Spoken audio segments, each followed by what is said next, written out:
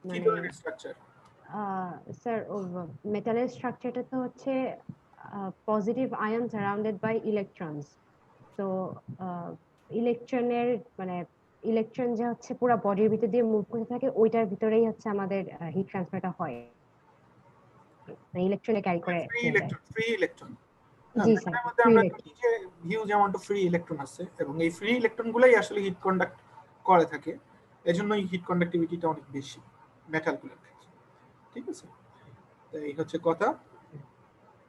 আচ্ছা, তো এছাড়া অন্যান্য ম্যাটেরিয়াল যেগুলা, সেগুলার দেখো ওই ফ্রি ইলেকট্রনের অ্যামাউন্ট অফ ফ্রি ইলেকট্রন খুবই কম বা না থাকার কারণে থার্মাল কন্ডাক্টিভিটিও কমে গেছে অনেক।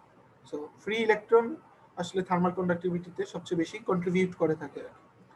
আচ্ছা, থার্মাল হিট কন্ডাকশনে সবচেয়ে বেশি কন্ট্রিবিউট করে থাকে। দেখো এখানে এই ফিগারে দেখো দুইটা ম্যাটেরিয়াল, একটা হচ্ছে কপার, একটা হচ্ছে সিলিকন। হ্যাঁ, কপার হিট কন্ডাক্টিভিটি অনেক বেশি, 401, আর সিলিকনে হিট কন্ডাক্টিভিটি অনেক কম। দেখো তাদের মানে ইয়ে যেটা তাদের উইড যেটা, এই দুইটা ম্যাটেরিয়ালের সেম 1 মিটার। টেম্পারেচার ডিফারেন্সও দুইটা সারফেসের টেম্পারেচার ডিফারেন্স সেম। তারপরেও দেখো হিট কন্ডাকশন রেট অনেক বেশি কপারে, only because its thermal conductivity is higher. হ্যাঁ, থার্মাল কন্ডাক্টিভিটি অনেক বেশি হওয়ার কারণে হিট হিট কন্ডাকশন রেট অনেক বেড়ে গেছে। সো থার্মাল কন্ডাক্টিভিটি নিয়ে আর আলাদাভাবে কিছু বলার নাই। আমরা একটা ম্যাথমেটিক্যাল প্রবলেম, মানে এই ধরনের প্রবলেম আমি তোমাদেরকে টেস্ট করবো আর কি। হ্যাঁ, তো অনেক প্রবলেম এখানে আছে। দেখো বইয়ের এই চ্যাপ্টারে 1 নাম্বার চ্যাপ্টার আমরা আসলে বলতেছি, যেটা হিট ট্রান্সফারে, ওই জেপি হোলম্যানের বই। ওই চ্যাপ্টারে পিছনে অনেক প্রবলেম আছে, চ্যাপ্টারে এক্সাম্পল আছে, এগুলো সলভ করবা। এটা একটা এই ধরনের একটা প্রবলেম, এটা এখন আমরা একটু সলভ করতে চাচ্ছি আর কি। তো তোমরা এখানে তো 36 পার্টিসিপেন্ট দেখতেছি, অনেকেই আসো, এবং যাদের সামনে খাতা কলম আছে, ক্যালকুলেটর থাকলেও ভালো, তারা একটু এটা সলভ করার চেষ্টা করো এবং 4-5 মিনিটের মধ্যে আমাকে আনসারটা বলো দেখি। আমি তোমাদেরকে প্রবলেমটা বুঝিয়ে দিই, যে সিম্পল প্রবলেম এগুলো আসলে আমার আলাদাভাবে বলার কিছু নেই এখানে ক্লাসে, বা আমাকে এগুলা সলভ করে দেওয়ার কিছু নেই, এগুলো তোমরা নিজেরাই সলভ করতে পারবে সব। হ্যাঁ, কলেজ লেভেল প্রবলেম আমি বলবো এগুলা, কিন্তু আমাদেরকে এগুলো সলভ করতে হবে। তো এই ধরনের প্রবলেম দিয়ে আমি তোমাদেরকে টেস্ট করব, তোমাদের আন্ডারস্ট্যান্ডিংটা টেস্ট করবো। তো এই জন্য একটা দুইটা প্রবলেম আমরা ক্লাসে ডিসকাস করতেছি আর কি, যেহেতু এগুলো আমি তোমাদেরকে টেস্ট করবো এই ধরনের প্রবলেমগুলো, এই জন্য আর কি। তবে তোমরা যথেষ্ট ম্যাচিউর এই ধরনের প্রবলেম সলভ করার জন্য, তোমাদের ম্যাচিউরিটি অনেক আছে। তোমরা যে লেভেলে আসছো, এখন যে লেভেলে আসো, আমি মনে করি এগুলো নিয়ে আলাদাভাবে এইসব প্রবলেম নিয়ে ডিসকাস করার কিছু নেই। তারপরেও একটা প্রবলেম দেখো, যেমন ধরো এখানে একটা সিনারিও আছে।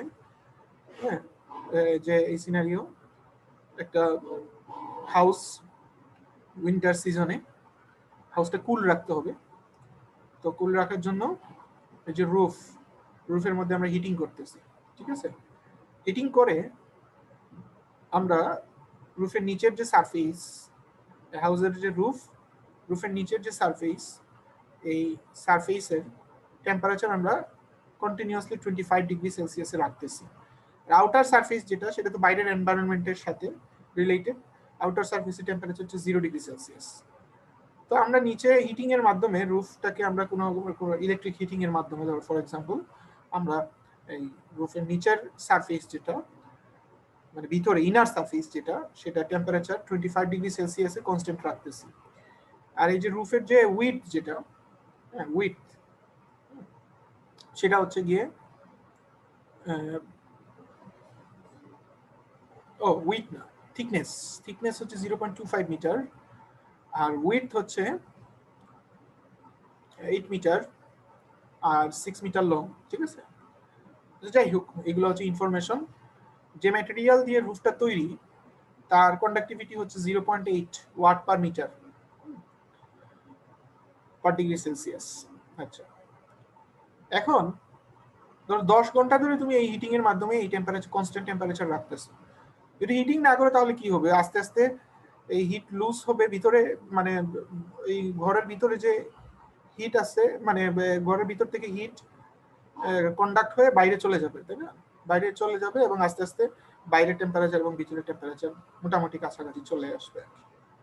তো হিটিং এর মাধ্যমে আমরা এটাকে নিচের ইনার সারফেসের টেম্পারেচার কনস্ট্যান্টলি 25 ডিগ্রি সেলসিয়াসে রাখতেছি। তো যাই হোক, ইলেকট্রিক হিটিং এর মাধ্যমে তোমাদেরকে কি ক্যালকুলেট করতে হবে, 10 ঘন্টা ধরে ধরো এই হিটিংটা হচ্ছে আর কি রাতের বেলা। তো এই কন্ডাকশন রেটটা তোমাদেরকে এখানে বের করতে হবে, যে এখানে এই 25 থেকে 0, হ্যাঁ 0 অবশ্যই টেম্পারেচার ডিফারেন্স আছে, তার মানে কি ইনার সারফেস থেকে আউটার সারফেসে হিট কন্ডাকশন হবে, তারপরে আউটার সারফেস থেকে আবার রেডিয়েট করবে, তারপরে যদি ব্রিজ থাকে, হ্যাঁ তাহলে ইয়ে হবে, কনভেকশনও হবে। তো হোয়াট এভার ইট ইজ, আমাদের টার্গেট হচ্ছে ক্যালকুলেট করা hit transfer rate from inner surface two outer surface. তো সেই হিট ট্রান্সফার রেটটা ক্যালকুলেট করো, আর হচ্ছে একই সাথে সেকেন্ড পার্ট যেটা, সেটা হচ্ছে গিয়ে তাহলে 10 ঘন্টা ধরে তুমি হিটিং করবা, তো কতটুকু কস্ট পড়বে যদি ইলেকট্রিসিটি পার ইউনিট ইলেকট্রিসিটির প্রাইস হচ্ছে $0.2, হ্যাঁ তাহলে টোটাল কস্ট কত ডলার পড়বে এটা ক্যালকুলেট করো তোমরা। প্রথমে হিট কন্ডাকশন রেটটা ক্যালকুলেট করো, হ্যাঁ হিট ট্রান্সফার রেট ক্যালকুলেট করো। তো আমাদের যে ফর্মুলা সেগুলো তো তোমরা জানোই, আগের দিনই আমি মনে হয় বই দিয়ে দিছি, বইয়ের মধ্যেও আছে, তারপরে এখানে দেখো ফর্মুলাটা আছে, এটা লিখে নিতে পারো, Qx = -KA ∆T ∆x। যাই হোক, এটা নিয়ে আর আমি এখানে ব্যাক করব না। তো তোমাদেরকে 2-3 মিনিট সময় দিচ্ছি, আমাকে আনসারটা বলো তো দেখি যে হিট ট্রান্সফার রেটটা কত হবে। ঠিক করছো? তোমরা কি শুনতে পাচ্ছ? মাহির আছো? মাহির?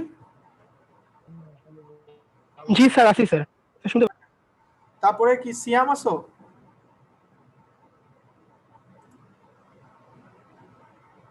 এই বাকিরা কি শুনতে পাচ্ছ? এই যে অনেকেই তো দেখতে পাচ্তেছে এখানে। শুনতে পাচ্ছি। হ্যাঁ হ্যাঁ, তোমরা এইগুলো সলভ করতেছো? তোমরা যাদের কাছে সামনে খাতা, এই মাহির কি আসলে কি বলতে চাচ্ছ তুমি, যেন কি বলতে চাইছিলে? না স্যার, কিছু বলতে চাই না স্যার। সামনে যাদের সামনে খাতা কলম আছে 1-2 মিনিট টাইম দিলাম, তোমরা এটা সলভ করো, এটা সিম্পল জিনিস। দেখতে পারতেছো স্ক্রিন?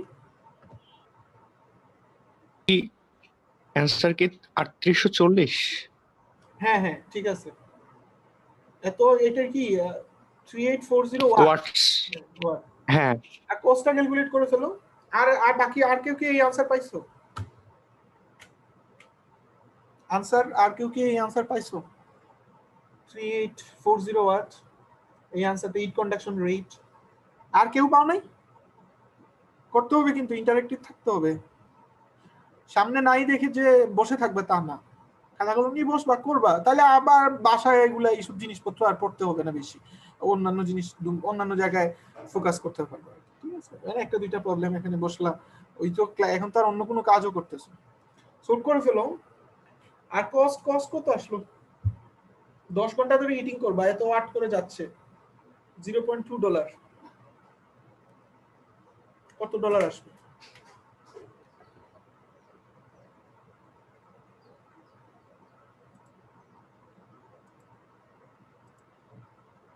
দেখো, আমাদের ফর্মুলা হচ্ছে Qx is equal to minus K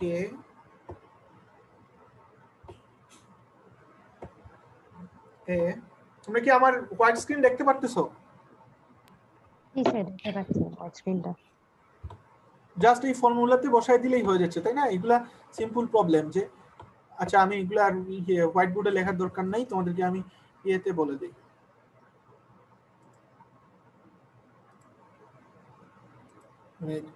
মুখে মুখেই বলে দিই, এটা হোয়াইট বোর্ডে লিখতে গেলে টাইম চলে যাবে অনেক। এই যে নর্মাল ফর্মুলা, মানে যারা একটু কনফিউশনে যদি থাকে এই ধরনের সিম্পল প্রবলেমের ক্ষেত্রেও, যে আমরা হিট কন্ডাকশন রেট জানতে চাচ্ছি, তো হিট কন্ডাকশন রেটের জন্য আমরা Fourier law of heat conduction use করতে পারি। তো আমরা জানি যে রুফের কন্ডাক্টিভিটি কত, এরিয়া কত জানি, রুফের এরিয়া হচ্ছে 6 × 8 এরিয়া জানি। আর এই যে গ্রেডিয়েন্ট, যেটা টেম্পারেচার গ্রেডিয়েন্ট ∆T ∆x, সেটা তো ∆T কি, ∆T হচ্ছে গিয়ে 0 - 25 ডিগ্রি, তাই না? 0 - 25 ডিগ্রি, 0 থেকে 25 ডিগ্রি সেলসিয়াস টেম্পারেচার গ্রেডিয়েন্ট।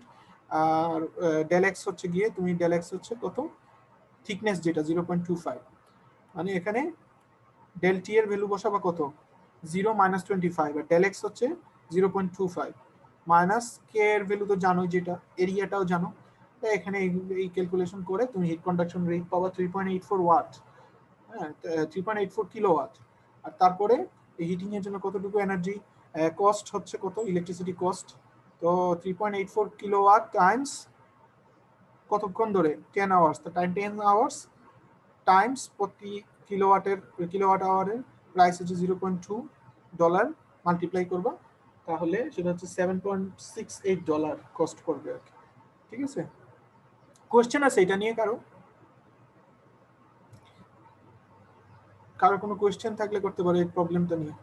আচ্ছা, এই ধরনের আরো অনেক প্রবলেম আছে এখানে, দেখো এগুলো সব সলভ করে ফেলবে অ্যাসাইনমেন্ট হিসেবে, আমি তোমাদেরকে অ্যাসাইন করে দিচ্ছি, মানে আমি গুগল ক্লাসরুমে অ্যাসাইন করে দিব, সলভ করে তোমাদের কনভেনিয়েন্ট টাইমে, আমি কোনো ডেডলাইন দিব না, কনভেনিয়েন্ট টাইমে এগুলো জমা দিবা অ্যাসাইনমেন্ট। ঠিক আছে, অনেক অ্যাসাইনমেন্ট দিব তোমাদেরকে, এবং এমন হতে পারে যে ইন কোর্সের একটা পার্সেন্টেজ অফ মার্ক অ্যাসাইনমেন্টে দিয়ে দিব, অ্যাসাইনমেন্ট তোমাদেরকে করতে হবে। আচ্ছা, তাহলে এই প্রবলেমটা নিয়ে তো এই একই ধরনের অনেকগুলো হিট ট্রান্সফার রেট ক্যালকুলেট করা, heat conduction heat transfer rate calculate করার প্রবলেম। এখানে আরেকটা বাউন্ডারি কন্ডিশন ওয়ালা প্রবলেম আছে, দেখো এখানে এটাতে আমরা ওই যে one dimensional heat conduction equation use করতে হবে। তো এই প্রবলেমটা দেখো, এই প্রবলেমটা যে একটা প্লেন ওয়ানের দুই পাশে টেম্পারেচার, একটা হচ্ছে গিয়ে 120 ডিগ্রি আর এক পাশে হচ্ছে 50 ডিগ্রি সেলসিয়াস। লেংথ যেটা মানে এই যে দুই পাশে মানে দুই সারফেসের মধ্যে লেংথ হচ্ছে 0.2 মিটার, আর সারফেস এরিয়া যেটা সেটা হচ্ছে মানে এখানে যে ওয়ালের যে সারফেস এরিয়া, হ্যাঁ ওয়ালের সারফেস এরিয়া হচ্ছে 15 metre square, heat conductivity 1.2 watt per metre per kelvin. আর এই তো তোমাদেরকে কি কি ক্যালকুলেট করতে হবে, দেখো এখানে তোমাদেরকে একটা ইকুয়েশন ক্যালকুলেট মানে রিপ্রেজেন্ট করতে হবে ইকুয়েশনের মাধ্যমে, variation of temperature within the wall and the, মানে ওয়ালের এই পয়েন্টে এক্স এর ভ্যালু যদি 0 ধরে নাও আর এই পয়েন্টে x = l, দ্যাট মিন্স 0.2, তো মাঝখানে x এর যে কোনো ভ্যালুর জন্য একটা ফাংশন টেম্পারেচার ক্যালকুলেট করার জন্য, হ্যাঁ একটা ফাংশন, ধরো এই পয়েন্টে আমি যদি বলি যে এই পয়েন্টটা আমার কার্সার যে পয়েন্টে আছে, কার্সারের টিপটা যে পয়েন্টে আছে ওই পয়েন্টে আমি যদি বলি যে টেম্পারেচার কত, তো যাতে তুমি একটা ইকুয়েশন থাকলে ওই ইকুয়েশনে x এর ভ্যালু বসায় দিই, x 0 থেকে কতক্ষণ ডিসটেন্সে আছে x এর ভ্যালু বসায় দিলেই যাতে তুমি ওই পয়েন্টে টেম্পারেচার ক্যালকুলেট করে ফেলতে পারো। তো এই ধরনের একটা ইকুয়েশন দরকার। আরেকটা হচ্ছে গিয়ে আরেকটা কি, the rate of heat conduction through the wall under steady কন্ডিশনে রেট অফ হিট কন্ডাকশন সেটা কত। আমরা স্টেডি কন্ডিশনের ক্ষেত্রে কিন্তু আমরা এই ফর্মুলা ইউজ করে ফেলতে পারি ডিরেক্ট, ঠিক আছে, এই যে এই ফর্মুলা স্টেডি কন্ডিশনের ক্ষেত্রে এই ফর্মুলা ডিরেক্ট ইউজ করতে পারি। তো আমরা বলছি যে এটা হচ্ছে আমাদের ইনিশিয়াল ফর্মুলা বা মডেল হিট কন্ডাকশনের, ওয়ান ডাইমেনশনাল হিট কন্ডাকশনের স্টেডি কেস, মানে দুই পাশে টেম্পারেচার যখন ফিক্স আছে, আর যখনই টেম্পারেচার ভেরিয়েট করবে টাইমের সাথে সাথে, এবং টাইমের সাথে সাথে টেম্পারেচার ভেরি করবে, তখন মানে কি হবে, ঠিক আছে। তো সেটা হচ্ছে গিয়ে আরেকটা জিনিস, সেটার জন্য আমাদেরকে ওই হিট কন্ডাকশন ইকুয়েশনটা সলভ করতে হবে টেম্পারেচার ক্যালকুলেট করার জন্য বা এই ট্রান্সফার রেট ক্যালকুলেট করার জন্য ইকুয়েশনটা, ওই যে হিট কন্ডাকশন ইকুয়েশন বা মডেল যেটা আমরা ডেভেলপ করছি লাস্ট ক্লাসে সেটা সলভ করতে হবে। তো তোমাদেরকে এটা আমি যেটা বললাম যে তাহলে এখন আগে তোমাদেরকে ওই ইকুয়েশনটা ডেভেলপ করো, যে ইকুয়েশনের মাধ্যমে তুমি যে কোনো ডিস্টেন্সে, হ্যাঁ এই যে তুমি ক্যালকুলেট করতে পারো, এই যে কোনো ডিস্টেন্সে টেম্পারেচার ক্যালকুলেট করতে পারো।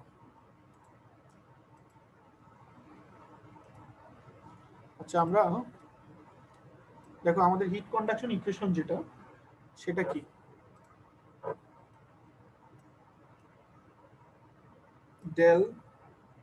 ডেল এক্স, এই তোমাদের লাস্ট ক্লাসে তোমরা অনেক কোয়েশ্চেন করছিলে, অনেক কথা বলছিলে, আজকে তোমরা এরকম বুঝতেছি না, তোমরা কি আমার কথা শুনতে পাচ্ছ না কি, মানে এগুলা তো আমি বলার আগে তোমাদের যে মানে অ্যাক্টিভিটি এগুলা সলভ করে ফেলার কথা, আমি ভাবছিলাম যে ধুমধাম সলভ করে স্যার আনসার এটা বলবা, আমি পরে সামনে আগায় যাবো আর কি, বুঝতে পারছো। আচ্ছা, আমি এখন লিখি তাইলে কষ্ট করে ডেল টি আমি হিট কন্ডাকশন ইকুয়েশনটা লিখতেছি, ওয়ান ডাইমেনশনাল হিট কন্ডাকশন ইকুয়েশনটা এখানে লিখতেছি। আমাদের টার্গেট প্রবলেম নিয়ে তোমাদেরকে, এই যে প্রবলেমটা আমি যে তোমাদের সামনে প্রেজেন্ট করলাম, সেই প্রবলেম নিয়ে তোমাদের কোনো প্রবলেম থাকলে আমাকে বলো। কোনো কোয়েশ্চেন আছে তোমাদের?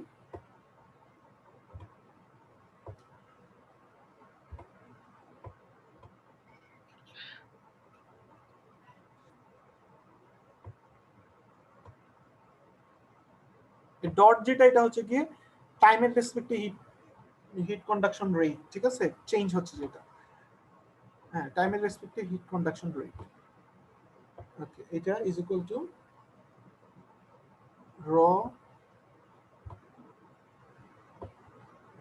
সি। আমরা ওই যে ইকুয়েশনটা ডিরাইভ করছি, ওই ইকুয়েশনটা এখানে লিখতেছি, বুঝতে পারছো? লাস্ট ক্লাসে যে ইকুয়েশনটা ডিরাইভ করছি, এই ইকুয়েশনটা আমরা এখানে লিখতেছি। সময় লাগবে এখন তাইলে, ঠিক আছে, তোমাদের একটু ধৈর্য ধরতে হবে। তোমরা অনেক সময় যেটা করবা সেটা হচ্ছে, এই যখন এইসব প্রবলেম আমি দেখাবো তোমাদের সামনে, স্ক্রিনশট নিয়ে নিবা, সাথে সাথে স্ক্রিনশট নিয়ে তারপর ওই ফিগারটা দেখবা, তাহলে তোমাদের চিন্তা করতে সুবিধা হবে। কারণ আমি তো হোয়াইট বোর্ডে চলে আসবো বা অন্য স্লাইডে চলে যাবো, তোমরা যদি ওই প্রবলেম নিয়ে চিন্তা করতে চাও তখন তোমাদের হাতের কাছে প্রবলেম থাকবে না। এই জন্য ফিগারের স্ক্রিনশট নিয়ে নিবা। প্রবলেম দেখলে যদি মনে করো যে আমার এটা দরকার, তাহলে স্ক্রিনশট নিয়ে নিবা। যাই হোক, এটা হচ্ছে কি আমাদের heat conduction equation, one dimensional heat conduction equation, এটা আমরা ডিরাইভ করছিলাম লাস্ট ক্লাসে। আচ্ছা, এটা ইউজ করে আমরা হচ্ছে গিয়ে ওই ভিতরে যে কোনো পয়েন্ট টেম্পারেচার ক্যালকুলেট করার জন্য একটা ফাংশন, হ্যাঁ, ফাংশন ডেভেলপ করব বা ক্যালকুলেট করব আর কি। আচ্ছা, তো যাই হোক, মানে we want to calculate temperature T as a function of x, ঠিক আছে, এটা ক্যালকুলেট করতে চাচ্ছি ওই যে ওই প্রবলেমের ক্ষেত্রে। তো এখানে দেখো আমাদের বলছে যে ওয়ালের যে প্লেন ওয়ালের দুই পাশে টেম্পারেচার কত, এই পাশে টেম্পারেচার 120 ডিগ্রি সেলসিয়াস, ঠিক আছে, এই পাশে হচ্ছে 120,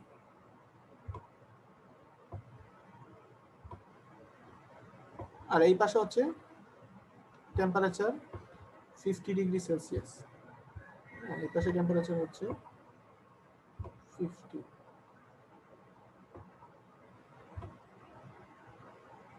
ডিগ্রি সেলসিয়াস। ওকে, তো যেটা বলতে চাইছিলাম সেটা হচ্ছে গিয়ে, আর হিট মানে কে এর ভ্যালু একটা আছে, হোয়াট এভার ইট ইজ।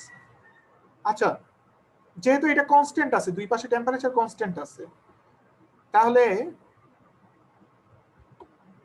এই যে ও কিউ ডট কি, what is q dot?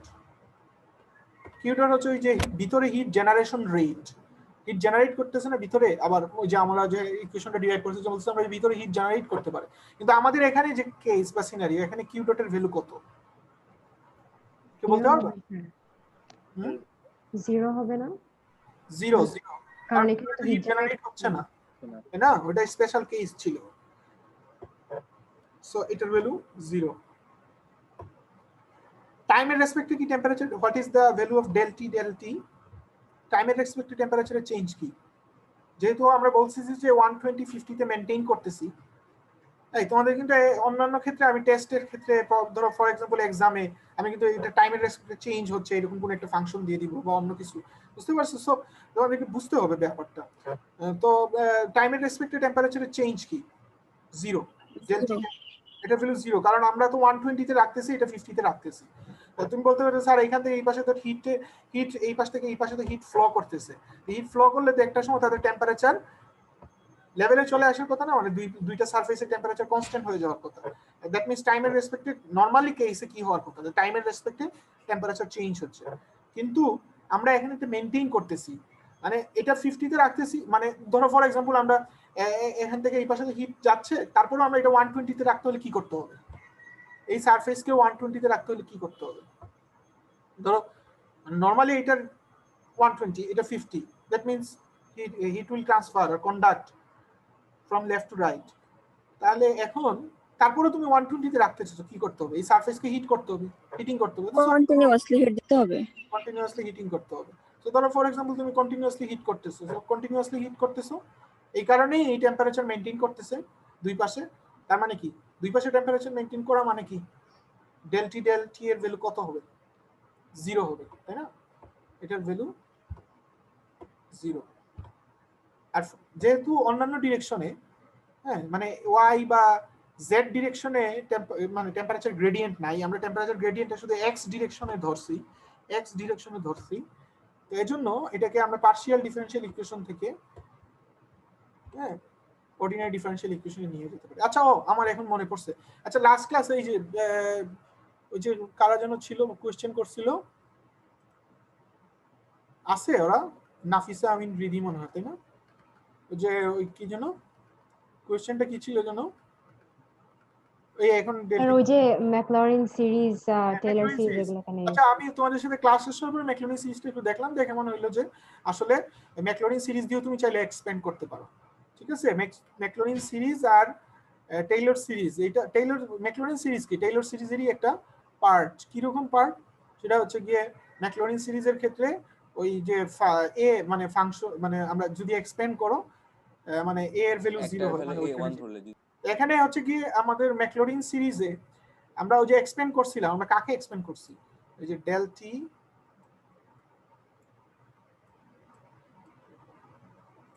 Del x at x plus dx. হ্যাঁ, এটা কিন্তু এক্সপ্যান্ড করছি, এক্স প্লাস ডিএক্স, এটাকে এক্সপ্যান্ড করছি। হ্যাঁ, তো টেইলর সিরিজে তো নরমালি এক্সপ্লেন করছে। আর ম্যাকলরিন সিরিজের ক্ষেত্রে যেটা হবে, আমরা বলছিলাম যে এই ধরো এই পয়েন্টে এক্স, হ্যাঁ, আর এক্স প্লাস ডিএক্স হচ্ছে এখানে।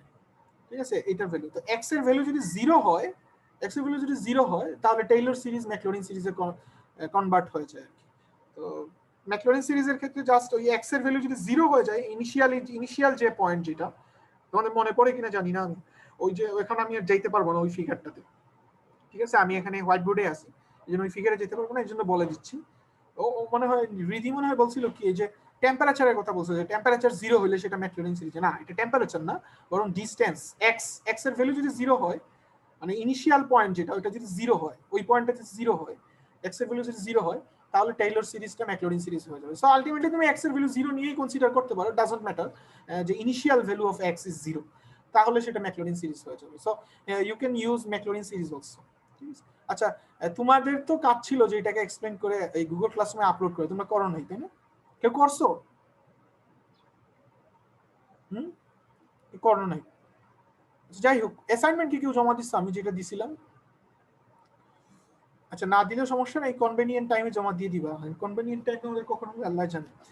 আচ্ছা, যাই হোক, এই দুইটার ভ্যালু, তাহলে আমরা এখানে আবার এই প্রবলেমে চলে আসি যে এই দুইটার ভ্যালু হচ্ছে 0, এই দুইটার ভ্যালু 0, এই দুইটার ভ্যালু যদি 0 হয়, তাহলে আমাদের এই ইকুয়েশনটা, আর আমরা যেহেতু এটা শুধুমাত্র এক্স ডিরেকশনে মানে আমরা ধরে নিচ্ছি যে হিট কন্ডাকশনটা হচ্ছে, এজন্য এটাকে আমরা পার্শিয়াল ডিফারেনশিয়াল ইকুয়েশন থেকে এই অর্ডিনারি ডিফারেনশিয়াল ইকুয়েশনে কনভার্ট করে ফেলতে পারি। এই তোমরা কি ডিফারেনশিয়াল ইকুয়েশনে সলভ করছো? মানে ওই যে ডিফারেনশিয়াল ইকুয়েশনে কোনো কোর্স করছো ডিফারেনশিয়াল ইকুয়েশন সলভ করার উপরে? জি স্যার। গত সেমিস্টারে ছিল। গত সেমিস্টারে করছো? তোমাদের কাছে ডিফারেনশিয়াল ইকুয়েশন সলভ করার কোনো ব্যাপারই না, এটা হচ্ছে জি স্যার। একবারে সিম্পল ডিফারেনশিয়াল ইকুয়েশন, যেটা কিনা তোমরা আসলে ওই কোর্সও করতে হবে না এটা সলভ করার জন্য, এটা তোমরা কলেজ লেভেলে করছো। সো এটাকে যদি আমরা এইভাবে মানে লিখি আর কি,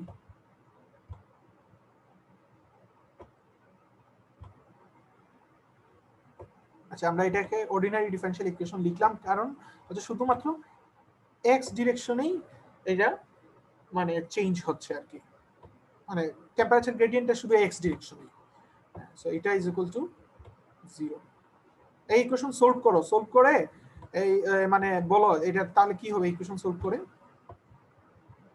তোমরা আমাকে বলো। স্যার ডি স্কয়ার টি হবে না? ডি স্কয়ার, হ্যাঁ হ্যাঁ ডি স্কয়ার, আমি স্কয়ারটা এই পাশে লিখতে গিয়ে ওই পাশে লিখে দিয়েছি, আমি এটা ইরেজ করে ওইখানে লিখতেছি। ওকে, সলভ করে আমাকে বলো তো দেখি যে টি এর ভ্যালু কি হবে, টি কি রকম হবে, টি ফাংশনটা টি এর জন্য সলভ করতেছি আর কি, টি এর জন্যই তো সলভ করবো, এখানে ডিপেন্ডেন্ট ভেরিয়েবল হচ্ছে টি।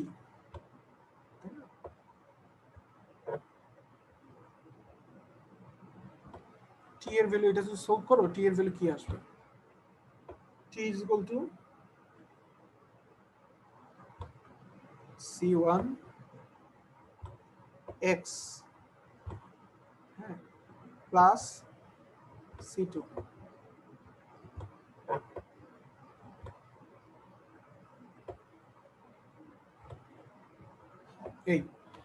এই C1 আর C2 দুইটা কনস্ট্যান্ট, তাই না? সলভ করলে এই যে ইন্টিগ্রেশন করলে যে কনস্ট্যান্ট আসবে সেগুলো হোয়াট এভার ইট ইজ। তো এখন আমাদেরকে বাউন্ডারি কন্ডিশন অ্যাপ্লাই করে এটা হচ্ছে একেবারে সিম্পল একটা প্রবলেম, বুঝতে পারছো? এই ধরনের প্রবলেম একটু কমপ্লেক্স করে তোমাদেরকে আমি টেস্ট করব। মানে এইগুলা মানে এই দুইটা ভ্যালু জিরো হবে না, বা জিরো না হওয়ার কারণে এই ডিফারেনশিয়াল ইকুয়েশন সলভ করতে গিয়ে জান বের হয়ে যাবে আর কি, এই টাইপের কোশ্চেন থাকবে আর কি, বুঝতে পারছো? তো একটু মনে রাখবা।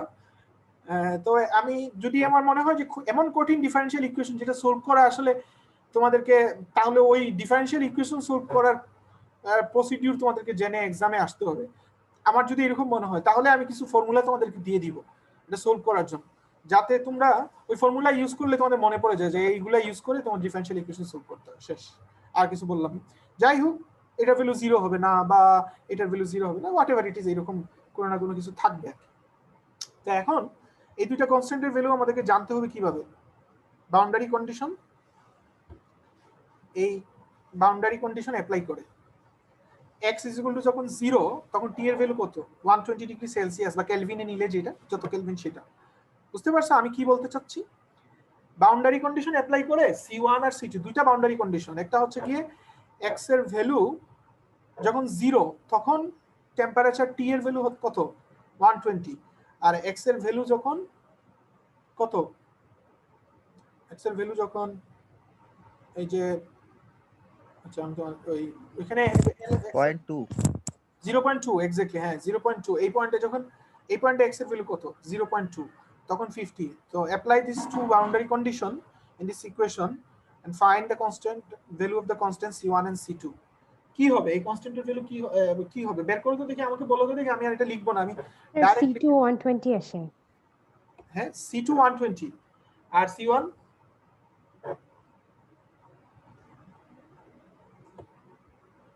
টা কত আসবে? t is equal to what is the value of C1? 0.2 বসে C1 এর ভ্যালু কত আসে আমি জানি না, তোমরা বলো আমাকে। হ্যাঁ -350।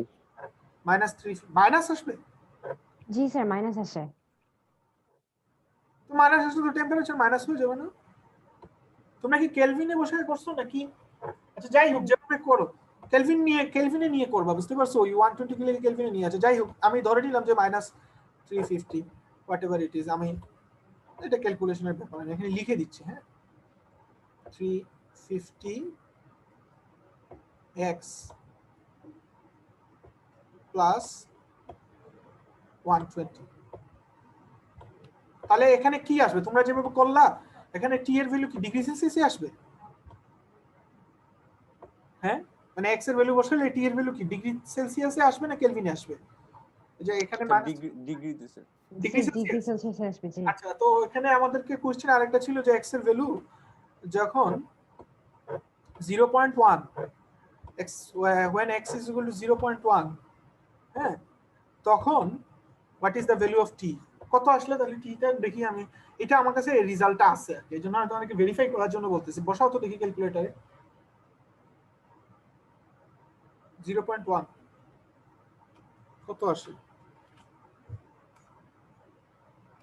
-350 times 85 স্যার, 85 না? 85 আসে। হ্যাঁ তাহলে ঠিক আছে। যাই হোক, so this is the procedure of solving. হ্যাঁ বাউন্ডারি এইভাবে বাউন্ডারি কন্ডিশন অ্যাপ্লাই করে আমরা এই হিট কন্ডাকশন ইকুয়েশন বা মডেল ইউজ করে আমরা ডিফারেন্ট পয়েন্টে টেম্পারেচার ক্যালকুলেট করতে পারি। ঠিক আছে, আচ্ছা এখন আমাকে বলো তো দেখি তাহলে ওই যে হিট ট্রান্সফার রেটটা কি হবে? What is the heat transfer rate? Heat transfer রেটটা কিভাবে ক্যালকুলেট করবে? এটার জন্য যেহেতু এখানে স্টেডি কন্ডিশন আছে, তাহলে তুমি ওই যে qx = -ka del t del x, a ও জানো k ও জানো, del t del x এর ভ্যালু কি হবে? 50 - 120 উপরে আর নিচে হচ্ছে del x এর ভ্যালু কত আসবে? 0.2 - 0। হ্যাঁ তো হোয়াট এভার ইট ইজ, তো ওইভাবে করে ফেলতে পারবো আর কি। তো যাই হোক, এই ছিল এই প্রবলেমটা। তো এইরকম প্রবলেম আমি টেস্ট করবো আর কি, তোমাদেরকে দেখানোর জন্য আর কি ধরনের প্রবলেম টেস্ট করবো বা অ্যাসাইনমেন্ট হিসেবে দিচ্ছি সেটা দেখানোর জন্য আর কি, এটা একটু ডিটেইলস আমরা দেখলাম আর কি। আচ্ছা, তো তোমরা যেটা করবা যে এই যে এখানে দেখো প্রবলেম যেগুলো আছে অনেকগুলা, এগুলা সলভ করবে, এগুলা সলভ করে অ্যাসাইনমেন্ট জমা দিবা, গুগল ক্লাসরুমে আপলোড করে দিবা। তোমাদের সবাইকে আমি অ্যাসাইন করে দিব আর কি। হ্যাঁ, আগেরটা যেরকম অ্যাসাইন করছে এরকম।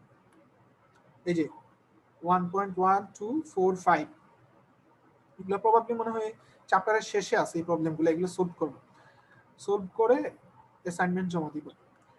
স্যার হ্যাঁ বলো। স্যার এটাতে হিট ট্রান্সফার রেটের যে এটা বিষয়টা মানে বললেন, এটা একটু যদি আবার বলতেন, হিট ট্রান্সফার রেটটা কিভাবে বের করব? আচ্ছা, ও হিট ট্রান্সফার রেট আছে, আমি আবার বলতেছি, আমি হোয়াইট বোর্ডে গেলে মনে হয় তোমার সুবিধা হবে, আমি হোয়াইট বোর্ডেই চাই।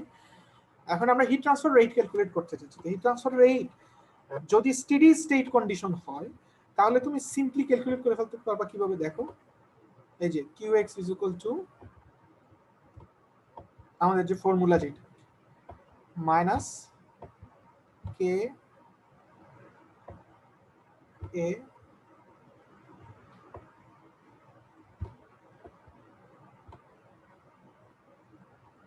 del t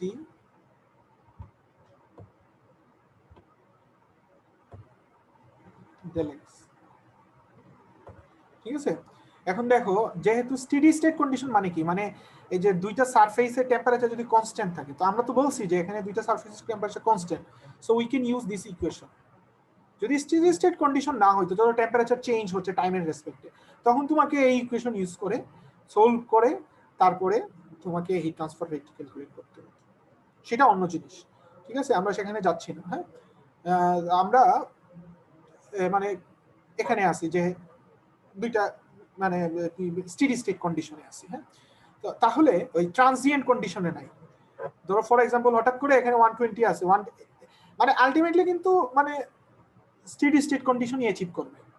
হ্যাঁ, কিভাবে, ধরো তুমি এখানে 120 এখানে 50, এখন তুমি এইটার মানে এই সারফেসের টেম্পারেচার 120 তে কনস্ট্যান্ট রাখতেছো না, তাহলে কি হবে, আস্তে আস্তে এই পাশ থেকে এই পাশে হিট ট্রান্সফার হবে, হিট ট্রান্সফার হয়ে এইটার টেম্পারেচার ইনক্রিজ করবে, এই সারফেসের টেম্পারেচার ডিক্রিজ করবে, একটা সময় পুরো ওয়ালের টেম্পারেচারে সেম টেম্পারেচার হয়ে যাবে। তো তখন সেটা স্টেডি স্টেট কেস হবে, তখন হিট ট্রান্সফার রেট 0 হয়ে যাবে। কিন্তু ওই মাঝখানে হচ্ছে ট্রানজিয়েন্ট রেট। ট্রানজিয়েন্ট রেটে যে হিট ট্রান্সফার রেট, এটাও কিন্তু hit transfer rate will also change with respect to time. হ্যাঁ, মানে ট্রানজিয়েন্ট কেসে আমাদের এখানে তো স্টেডি স্টেট কেস কিরকম, যে একটা সারফেসের টেম্পারেচার আমরা ফিক্সড রেখে দিচ্ছি, মানে সারফেসের মধ্যে টেম্পারেচার ডিফারেন্স আছে এবং এটা ফিক্সড, এটাই স্টেডি স্টেট কেস। হ্যাঁ, তো সেখানে এই ফর্মুলা আমাদেরকে ইউজ করতে হবে। আমি বুঝতে পারছি কিনা আমি জানি না। হ্যাঁ, যে যখন মানে ধরো তুমি এটা 120 এটা 50, কিন্তু তুমি এই যেটা 120 এটাকে হিট করতেছো না, তখন আস্তে আস্তে হিট লুজ করতে করতে করতে করতে একটা সময় পুরো ওয়ালের টেম্পারেচার সেম হয়ে যাবে, তখন সেটা স্টেডি স্টেট কেসে আসবে। এবং যখন সেম হয়ে যাবে তখন হিট ট্রান্সফার রেটটা 0 হবে আর কি। আর তো এর আগে যে ওই যে হিট ট্রান্সফার হচ্ছে যখন, তখন যদি আমি তোমাকে বলি যে লেফট থেকে রাইট সারফেসে হিট ট্রান্সফার রেটটা কত, এটা কিন্তু টাইমের রেসপেক্টে heat transfer rate will also change with respect to time. হ্যাঁ, যদি ট্রানজিয়েন্ট কেস হয়। আর এখানে যেহেতু আমাদের স্টেডি স্টেট কেস, আমরা একটা সারফেসের টেম্পারেচার 120 তে ফিক্সড রাখছি আর একটা 50 তে ফিক্সড রাখছি by any means of heating, তাহলে এই ফর্মুলা তোমাকে ইউজ করতে হবে। তো এই ফর্মুলাতে কিভাবে, এই যে দেখো আমরা জানি যে হিট মানে এই যে ওয়ালটা তার হিট কন্ডাকশন থার্মাল কন্ডাক্টিভিটি কে যেটা, সেটা আমরা জানি দেওয়া আছে। তারপরে এই যে সারফেস, যেটা দুইটা সারফেস, দুই সারফেসেরই এরিয়া সেম এবং সেই এরিয়াটা কত সেটা দেওয়া আছে। আর এই যে temperature gradient you can calculate what is del t. Del t হচ্ছে একটা যেহেতু 120 আর একটা যেহেতু 50, তাহলে 70 হ্যাঁ -70, 50 মাইনাস যেটা মানে temperature gradient is negative, itself is a negative quantity, তাই না। সো 50 মাইনাস 120 মানে 70, আর এখানে কত ডেল এক্স, এই যে নিচে ডেল এক্স যেটা সেটা হচ্ছে কত 0.2 মাইনাস 0, লেফট সাইডের যে সারফেস সেটাতে এক্স এর ভ্যালু 0 ধরে নিচ্ছি আমরা। তাহলে এখান থেকে তুমি টেম্পারেচার গ্রেডিয়েন্ট জেনে ফেলতেছো এই ফর্মুলা ইউজ করে হিট ট্রান্সফার রেট। বুঝতে পারছো যে কোশ্চেন করছিলা হিট ট্রান্সফার রেট নিয়ে? জি স্যার। ওকে, তো এই ছিল মোটামুটি আমাদের হিট কন্ডাকশন। আমরা যেটা হিট কন্ডাকশনে যেটা দেখলাম মেইনলি আসলে মডেলিং করছি। হিট কন্ডাকশন মডেলিং, আমরা Fourier law of heat conduction use করে তারপরে সেই মডেল ইউজ করে আমরা কিছু প্রবলেম সলভ করছি, এই সিম্পল। তো এই ধরনের প্রবলেম আমি তোমাদেরকে এক্সামে টেস্ট করব। তো তোমরা বইয়ের চ্যাপ্টারের পিছনে যেসব প্রবলেম আছে সেগুলো সলভ করবা, আর কিছু প্রবলেম আমি তোমাদেরকে অ্যাসাইনমেন্ট হিসেবেও দিচ্ছি আর কি। এই ক্লাস শেষে আমি গুগল ক্লাসরুমে অ্যাসাইনমেন্ট অ্যাসাইন করে দিব আর কি। আচ্ছা, এখন আসো কনভেকশনে। তো কনভেকশন আমরা জানি যে কনভেকশনের মেকানিজমটা কি, আমরা জানি যে আচ্ছা স্যার, হ্যাঁ হ্যালো স্যার, আমরা কি ফার্স্ট চ্যাপ্টার কি জেপি হলম্যান থেকেই পড়বো নাকি ওই খুরমির বই থেকে, জেপি নাকি এটা থেকে? হলম্যান, আমি জেপি জেপি হলম্যান ফলো করতেছি, তো you can follow JP Holman, JP হলম্যানই আছে। আর এটা কি অন্য চ্যাপ্টার গুলো নাকি শুধু প্রথম চ্যাপ্টারটাই? ওই হিট ট্রান্সফারটাই শুধু। ও হিট আচ্ছা ট্রান্সফার শেষে আমরা যখন থার্মোডাইনামিক্সে চলে যাব তখন আমরা খুরমির বইয়ে চলে যাব। ওই জেপি হলম্যানের বই যেটা, ওইটা হিট ট্রান্সফারেরই বই, ওইটাতে আর অনেক কিছু আছে হিট ট্রান্সফার। তো আমাদের সিলেবাসে এত কিছু হিট ট্রান্সফার নিয়ে আমরা পড়তেছি না, আমরা শুধু বেসিক জিনিসটা হিট ট্রান্সফারে পড়তেছি। এই জন্য আমরা জেপি হলম্যানের 1 নাম্বার চ্যাপ্টারটাই শুধু ফলো করতেছি। এরপরের বাকি চ্যাপ্টারগুলো আমি তোমাদের যদি ইন্টারেস্ট ফিল করো তোমরা পড়তে পারো, এরপরের চ্যাপ্টারগুলো পড়তে পারো ইন্টারেস্ট ফিল করলে। এরপরে আরো অনেক ডিটেইলস আছে, মডেলিং আছে, ঠিক আছে, বিভিন্ন রকম মডেলিং করছে ওরা, বিভিন্ন টাইপ অফ হিট ট্রান্সফারের। তো আমরা আসলে পুরো বেসিক হিট ট্রান্সফার, 3 ধরনের হিট ট্রান্সফার কভার করবো আর কি, জেপি হলম্যানের চ্যাপ্টার 1।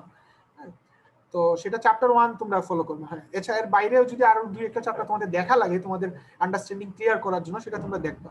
হিট ট্রান্সফারের জন্য আমরা জেপি হলম্যান ফলো করতেছি। আর হিট ট্রান্সফার শেষ হওয়ার পরে আমরা যখন থার্মোডাইনামিক্সে চলে যাব তখন আমরা খুরমি ফলো করব, ঠিক আছে?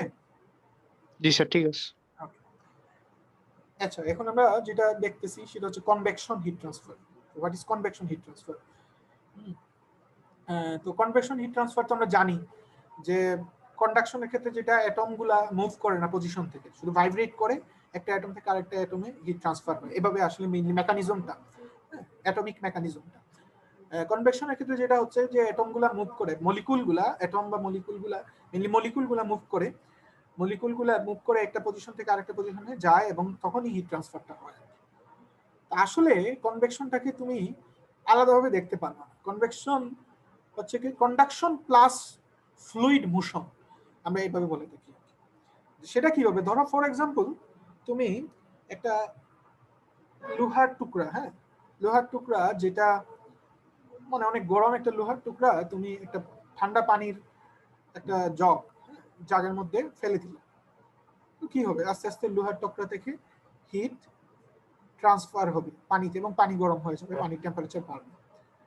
তো এখানে ধরো ফর এক্সাম্পল এই যে ওয়াটারের মধ্যে যে হিট ট্রান্সফার হচ্ছে সেটা শুধুমাত্র কনভেকশনের মাধ্যমে হচ্ছে না, বরং কন্ডাকশন প্লাস কনভেকশনের মাধ্যমে হচ্ছে। কিভাবে? দেখো, মলিকুলগুলা, ওয়াটার মলিকুলগুলা, ওই ওয়াটার মলিকুলগুলো ওই যে মানে ধরো লোহার টুকরার সারফেসের মধ্যে আসলো, আসার পরে ওই সারফেস থেকে যে হিটটা নিল ওয়াটার মলিকুলগুলো, মানে লোহার সারফেস থেকে এই ওয়াটার মলিকুলের মধ্যে যে হিট ট্রান্সফার হইলো, হ্যাঁ, এটা হচ্ছে গিয়ে কন্ডাকশন প্রসেসে হিট ট্রান্সফার হলো, ঠিক আছে? তারপরে ওই ওয়াটার মলিকুল মুভ করে ধরো তার পজিশন থেকে আরেকটা পজিশনে গেল, গিয়ে ওই পজিশনের ওয়াটার মলিকুলকে হিট ট্রান্সফার করলো, এটা হচ্ছে গিয়ে ফ্লুইড মোশন। কনভেকশন কে তুমি যখন ডাইসেক্ট করবা তখন দুইটা পার্ট পাবা, একটা হচ্ছে কন্ডাকশন আর একটা হচ্ছে ফ্লুইড মোশন। এই দুইটার কম্বাইন যেটা, সেটাকে আমরা বলে থাকি কনভেকশন, ঠিক আছে? যে একটা হচ্ছে কি মলিকুলগুলা কোনো সারফেসে যাবে, গিয়ে হিট নিবে, কন্ডাকশন প্রসেস, কন্ডাকশন যেটা আমরা অলরেডি কভার করছি। তারপরে সেই মলিকুলগুলো আবার ওই পজিশন থেকে মুভ করে অন্য পজিশনে গিয়ে অন্যান্য মলিকুলগুলা মধ্যে হিট ট্রান্সফার করবে, অন্যান্য রিজিয়নে হিট ট্রান্সফার করবে। This is fluid motion. So convection is the combined effect of conduction and fluid motion. ঠিক আছে? আমি বুঝতে পারছি কিনা জানি না, এই সিম্পল জিনিস, এটা বুঝারই কথা। স্যার ফ্লুইড মোশন তাইলে মানে এক ধরনের কন্ডাকশন বলা যায় না, যেটা মানে ফ্লুইড মোশনে তো কন্ডাকশনের ক্ষেত্রে তোমাকে যে মলিকুলগুলোর মধ্যে হিট ট্রান্সফার হচ্ছে তাদেরকে স্ট্যাটিক হতে হবে, তারা যেন পজিশন চেঞ্জ না করে। আর ফ্লুইড মোশনের ক্ষেত্রে পজিশনের চেঞ্জ হচ্ছে, তাই না? এই জন্য তুমি এটাকে কন্ডাকশন বলতে পারবে না, ঠিক আছে? আচ্ছা, কোয়েশ্চেন আছে আর? যে কোয়েশ্চেন করছিল আর কি কোনো কনফিউশন আছে? এখানে এখানে বাল্ক ফ্লুইড মোশন বলতে কি বুঝিয়েছে? হ্যাঁ আমি ওখানে আসতেছি। বাল্ক মোশন যেটা, হ্যাঁ একটা হচ্ছে গিয়ে তোমার আচ্ছা এখানে দেখো উপরে 1 নাম্বার মানে 2 নাম্বার এই যে এই পয়েন্টটা দেখো যে faster the fluid motion the greater the convection heat transfer. ফ্লুইডের মোশন যত মানে যত এই মোশন রেটটা যত বেশি হবে, যত ফাস্ট হবে, তত হিট ট্রান্সফার রেটটা মানে বেশি হবে আর কি। হ্যাঁ সিম্পল ব্যাপার, এটা বুঝারই কথা। হ্যাঁ তো বাল্ক ফ্লুইড মোশনটা কি? বাল্ক ফ্লুইড মোশন হচ্ছে গিয়ে মানে ধরো মানে ফ্লুইডের ভালোই মোশন হচ্ছে আর কি, মানে ধরো হ্যাঁ খুব বেশি, মানে হিউজ অ্যামাউন্ট অফ ফ্লুইড এক পাশ থেকে আরেক পাশে মুভ করতেছে আর কি। এই ধরনের মোশনকে আমরা বলে থাকি বাল্ক ফ্লুইড মোশন। হ্যাঁ আর ধরো যে একটু আগে যে আমি এক্সাম্পলটা দিছি, এখানে কিন্তু বাল্ক ফ্লুইড মোশন হচ্ছে না। ঠিক আছে, বাল্ক ফ্লুইড মোশন কিভাবে হচ্ছে না দেখো, যে অল্প অল্প ওয়াটার মলিকুল এই সারফেসে যাচ্ছে, হিট নিচ্ছে, অল্প অল্প ওয়াটার মলিকুল আবার অন্যান্য রিজিয়নে যাচ্ছে, গিয়ে হিট মানে সেটা হিট ট্রান্সফার করতেছে আর কি কনভেকশন প্রসেসে। বাট ধরো ফর এক্সাম্পল এখানে একটা এক্সাম্পল আছে এইখানে, যে এইটা হচ্ছে হট এগ, তো এখানে huge amount of air flow করতেছে, হিউজ অ্যামাউন্ট অফ এয়ার, মানে একসাথে মানে বাল্ক ফ্লো আর কি, বাল্ক ফ্লো অফ এয়ার এক পাশ থেকে লেফট থেকে রাইট সাইডে। এই ধরনের মোশনকে আমরা বলে থাকি বাল্ক ফ্লুইড মোশন। তো এই বাল্ক ফ্লুইড মোশনের ক্ষেত্রে হিট ট্রান্সফার রেটটা অনেক বেড়ে যায়। আর যদি বাল্ক ফ্লুইড না থাকে, মানে ধরো বাল্ক ফ্লুইড মোশনটা আসলে জিরো, হ্যাঁ তো তখন মানে যেটা এটাকে মানে যে কনভেকশন সেটাকে তুমি পিওর কন্ডাকশনই বলতে পারো, সেটাই এখানে বলা হয়েছে। তো বাল্ক ফ্লুইড মোশনের কনসেপ্টটা তো আশা করি বুঝতে পারছো, তাই না? স্যার তাইলে ওই বাল্ক ফ্লুইড মোশনটা ধরেন হচ্ছে মানে পাহাড়ি একটা নদীতে অনেক স্রোত আছে, এটা ওইটাতে যদি আমি একটা লোহার টুকরা রাখি ওইটাকে বলা যায় এরকম। হ্যাঁ হ্যাঁ ওইটাকে তুমি বাল্ক ফ্লুইড মোশন বলতে পারো, one kind of bulk fluid motion. এখন আমি যেটা বলতে চাচ্ছি সেটা হচ্ছে আমাদের এখানে টার্গেট কি? আমাদের টার্গেট, আমরা কিন্তু মানে এমনি খালি কনভেকশন জানার জন্য যেগুলো তোমরা ছোটবেলা পড়ছো তাই না, স্কুল কলেজ লেভেলে পড়ছো, আলাদাভাবে এখানে we can calculate the heat transfer rate. আমাদের টার্গেট বা গোল হচ্ছে এইটা, আমরা হিট ট্রান্সফার রেটটা ক্যালকুলেট করতে চাই। ওই যে কিউএক্স যেটা ক্যালকুলেট করছে কন্ডাকশনের ক্ষেত্রে, কনভেকশনের ক্ষেত্রে আমরা এটা ক্যালকুলেট করতে চাই, মডেল করতে চাই। ঠিক আছে, তো এখন কন্ডাকশনের ক্ষেত্রে যেরকম ইজি ছিল, কনভেকশনের ক্ষেত্রে এটা ইজি না। কেন ইজি না? একটু আগে যেটা বললাম যে বাল্ক ফ্লুইড মোশন, হ্যাঁ বাল্ক ফ্লুইড মোশন থাকার কারণে এই মডেলিংটা এত ইজি না। মানে কন্ডাকশনের ক্ষেত্রে আমরা যেভাবে ইজিলি মডেল করতে পারছি, এটা ইজি না। দ্যাট মিনস এই জন্য এই ট্রান্সফার রেট ক্যালকুলেট করাও ইজি না, কমপ্লিকেটেড। ঠিক আছে, তারপরেও সেটা করা হয়, তো মডেলিং করা হয়। তো আমি আসতেছি এই যে আগে দুইটা স্লাইডে এখানে ফোর্সড আর ফ্রি কনভেকশন নিয়ে আমি জাস্ট শুধু বলবো একটু পরেই এসে, এই মডেলটা করা হয়েছে অলরেডি। ঠিক আছে, আমরা এখানে এটা ডিরাইভ করব না, মডেলিং ইজি না বাট পসিবল, এবং সেটা হয়েছে। এবং এটা হচ্ছে এটা Newton's law of cooling, Newton করছে। ঠিক আছে, এই কনভেকশন হিট ট্রান্সফার মডেলিং করছে, এই হিট ট্রান্সফার রেট ক্যালকুলেট করছে। হিট ট্রান্সফার রেট এই ফর্মুলাটা ডিরাইভ করতেছি না আমরা, তোমরা যদি চাও তোমাদেরকে আমি এটা অ্যাসাইনমেন্ট হিসেবে দিয়ে দিতে পারি। ঠিক আছে, কিন্তু অ্যাসাইনমেন্ট বেশি হয়ে যায় দেখি, এটা আমি আর দিচ্ছি না। হ্যাঁ তো মানে এত বেশি তো আর দেওয়া যাবে না অ্যাসাইনমেন্ট, তো নিজেরা খুঁজবা যে এটা প্রুফ কিভাবে, এটা প্রুফ হয়েছে ইন্টারেস্টিং জিনিস, তাহলে বুঝতে পারবা যে আসলে মানে কিভাবে এটা মডেলিং করছে আর কি নিউটন। এই ইকুয়েশনের প্রুফটা তোমরা দেখবা, খুঁজে বের করবা। ঠিক আছে, আমি যেটা বলতে চাইছি ওই জয়পি হেলমনের বইয়েই মনে হয় পাবা, ওই বইয়ে অন্যান্য চ্যাপ্টারে ভিতরে যখন কনভেকশনের উপরে হয়তো 2-3টা চ্যাপ্টার আছে, ওইখানে দেখবা যে এই ইকুয়েশনের ডেরিভেশন আছে, খুঁজলে হয়তো পাবো। যাই হোক, আমি যেটা বলতে চাচ্ছি এটা হচ্ছে কি নিউটনস ল অফ কুলিং, এই লটাই আসলে মডেল করছে convection heat transfer. Complicated but model করছে, তো সেটা দেখে নাও।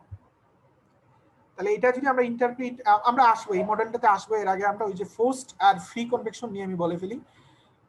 দেখো এই ফিগারটার মাধ্যমে তুমি এক্সপ্লেইন করতে পারবা হোয়াট ইজ ফোর্সড কনভেকশন আর ফ্রি কনভেকশন। ওই যে বাল্ক ফ্লুইড মোশন, এটা যদি ফোর্সড হয়, ধরো একটা ফ্যানের মাধ্যমে তুমি ফ্লুইডের মোশন করতেছো, মানে ফোর্সড ফ্লুইড মোশন হয়, তাহলে এটা এই ধরনের কনভেকশনকে আমরা ফোর্সড কনভেকশন বলে থাকি।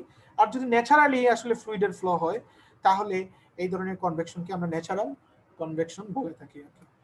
আচ্ছা, তো আচ্ছা এটা নিয়ে আর বলার কিছু নাই, আমরা আবার চলে যাই এখানে। এই ইকুয়েশনটা আমরা ইন্টারপ্রিট করার চেষ্টা করি। লেফট সাইডে যে এই যে কিউ কনভ যেটা, এটা হচ্ছে convection heat transfer rate, convection heat transfer rate, যেটা ওই যে কিউএক্স এর কাউন্টার পার্ট। হ্যাঁ, ওই কন্ডাকশন হিট ট্রান্সফার রেট যে কিউএক্স, এটার কাউন্টার পার্ট। আচ্ছা, কনভেকশনের ক্ষেত্রে। আর এইচ যেটা, এটা হচ্ছে কনভেকশন হিট ট্রান্সফার কোএফিসিয়েন্ট। এ হচ্ছে কি সারফেস এরিয়া, যে সারফেসের কনভেকশনটা হচ্ছে, বুঝতে পারছো? এই যে এখানে ফর এক্সাম্পল এই সারফেস থেকেই কিন্তু এই ওয়াটার এয়ার মলিকিউলগুলো হিট নিয়ে বাইরে চলে যাচ্ছে। এই পুরো এগের যে সারফেস, আউটার সারফেস, এটা হচ্ছে এখানকার এরিয়া। এই এখানে এক্সাম্পল হিসাবে আমি তোমাদেরকে বললাম surface area through which the heat transfer take place. আর টিএস হচ্ছে কি ওই সারফেসের টেম্পারেচার, আর টিএফ হচ্ছে কি ফ্লুইডের টেম্পারেচার, সারাউন্ডেড যে ফ্লুইড, যেটা কিনা আসলে কনভেকশন ফ্লুইড মোশন যে ফ্লুইডের হচ্ছে, সেই ফ্লুইডের টেম্পারেচার টিএফ। ঠিক আছে? আচ্ছা, তাহলে বুঝতে পারছো এই ইকুয়েশনটা নিয়ে কোনো কোয়েশ্চেন থাকলে, এই মডেলিং নিয়ে নিউটনস ল অফ কুলিং, এটাই হচ্ছে আমাদের Newton's law of cooling. Sir হ্যাঁ, স্যার সারফেস টেম্পারেচার আর স্যার ফ্লুইড টেম্পারেচারটা আর কি বুঝলাম না স্যার। সারফেস বলতে স্যার আসলে কোনটা?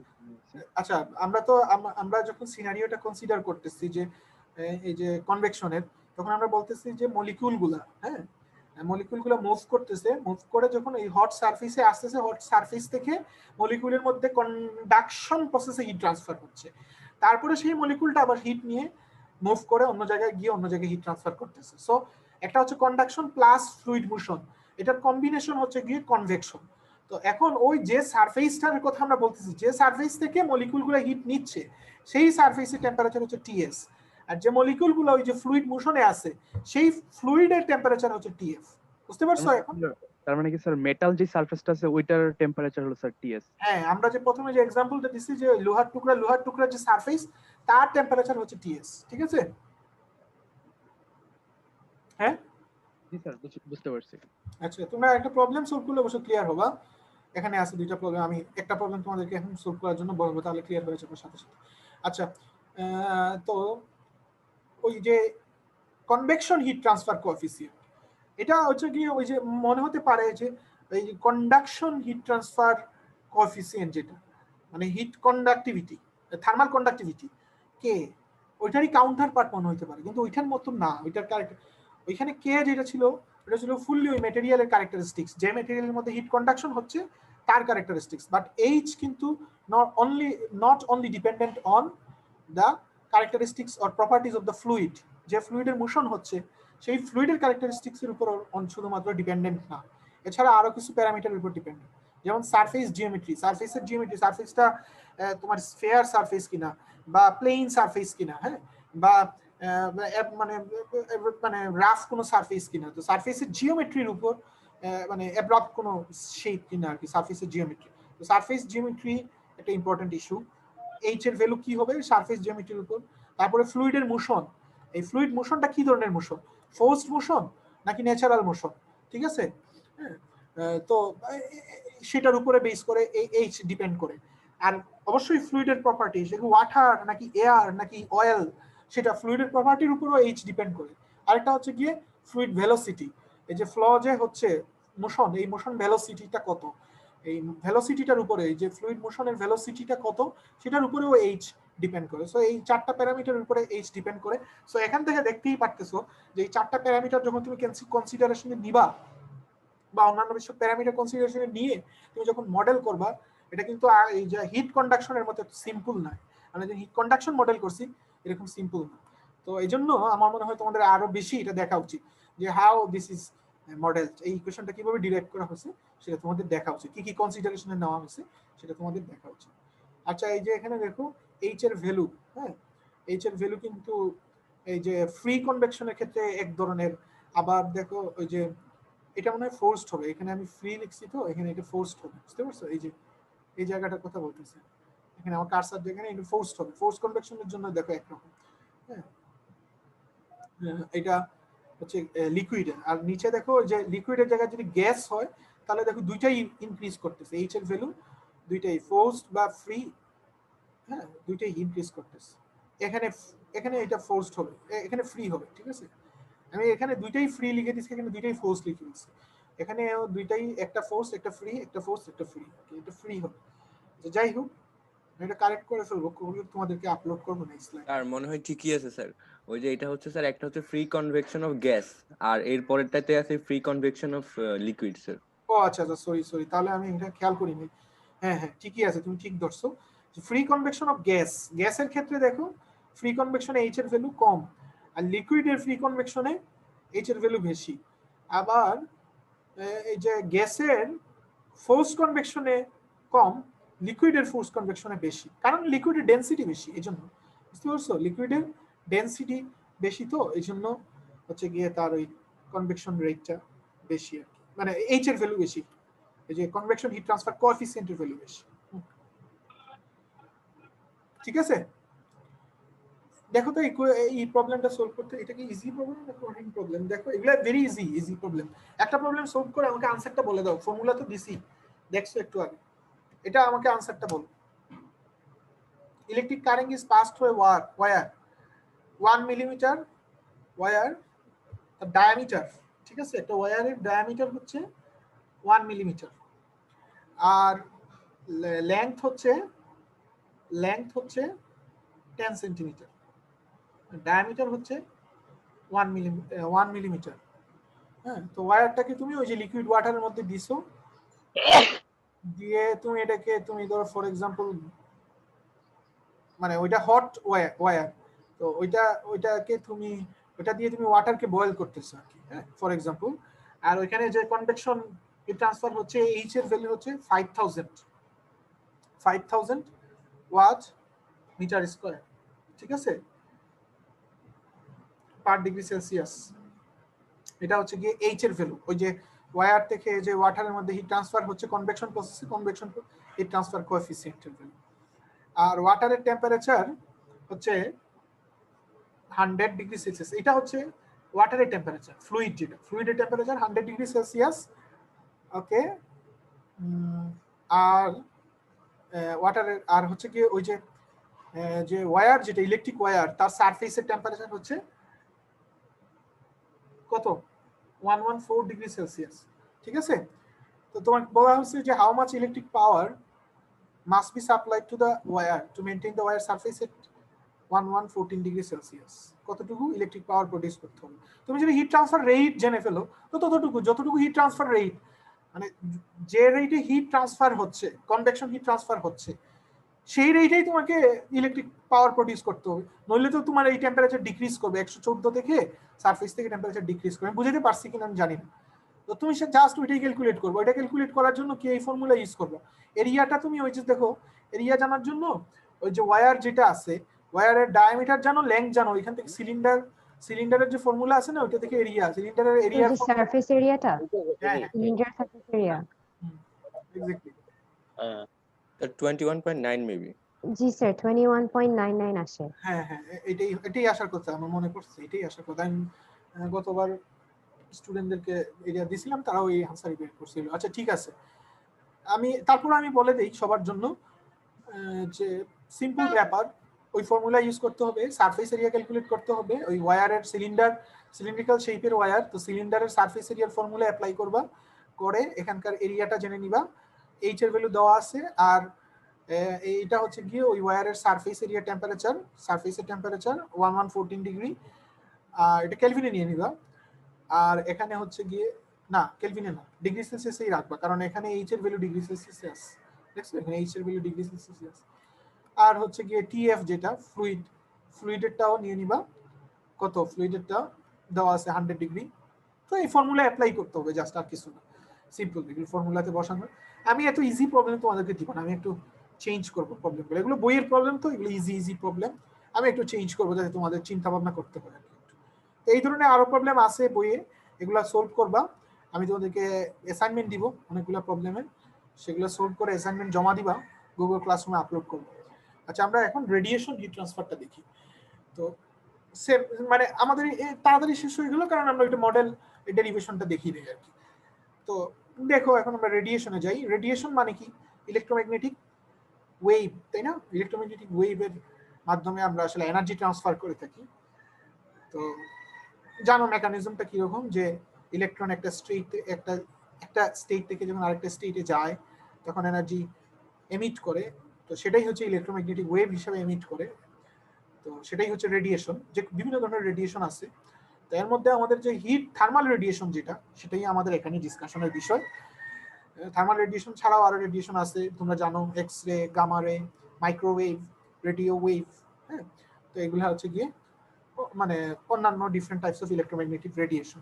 বাট আমরা এখানে কনসিডার করব thermal radiation. What is thermal radiation? Thermal radiation is a radiation due to the higher temperature. টেম্পারেচারের কারণে, মানে তার সারাউন্ডিং সারফেস থেকে বা সারাউন্ডিং এনভায়রনমেন্ট থেকে তার টেম্পারেচার বেশি থাকার কারণে রেডিয়েশনের ইলেকট্রোম্যাগনেটিক ওয়েভ হিসাবে যে হিট ট্রান্সফার করে থাকে, এটাকে আমরা বলে থাকি থার্মাল রেডিয়েশন। আশা করি বুঝতে পারছো যে তার টেম্পারেচারের কারণে, হ্যাঁ, সে যে হায়ার টেম্পারেচারের কারণে সে যে রেডিয়েট করতেছে, সেই রেডিয়েশনটাকে, ইলেকট্রোম্যাগনেটিক রেডিয়েশনটাকে আমরা থার্মাল রেডিয়েশন বলি। ঠিক আছে? আচ্ছা, তো thermal radiation, is it a volumetric or surface phenomenon?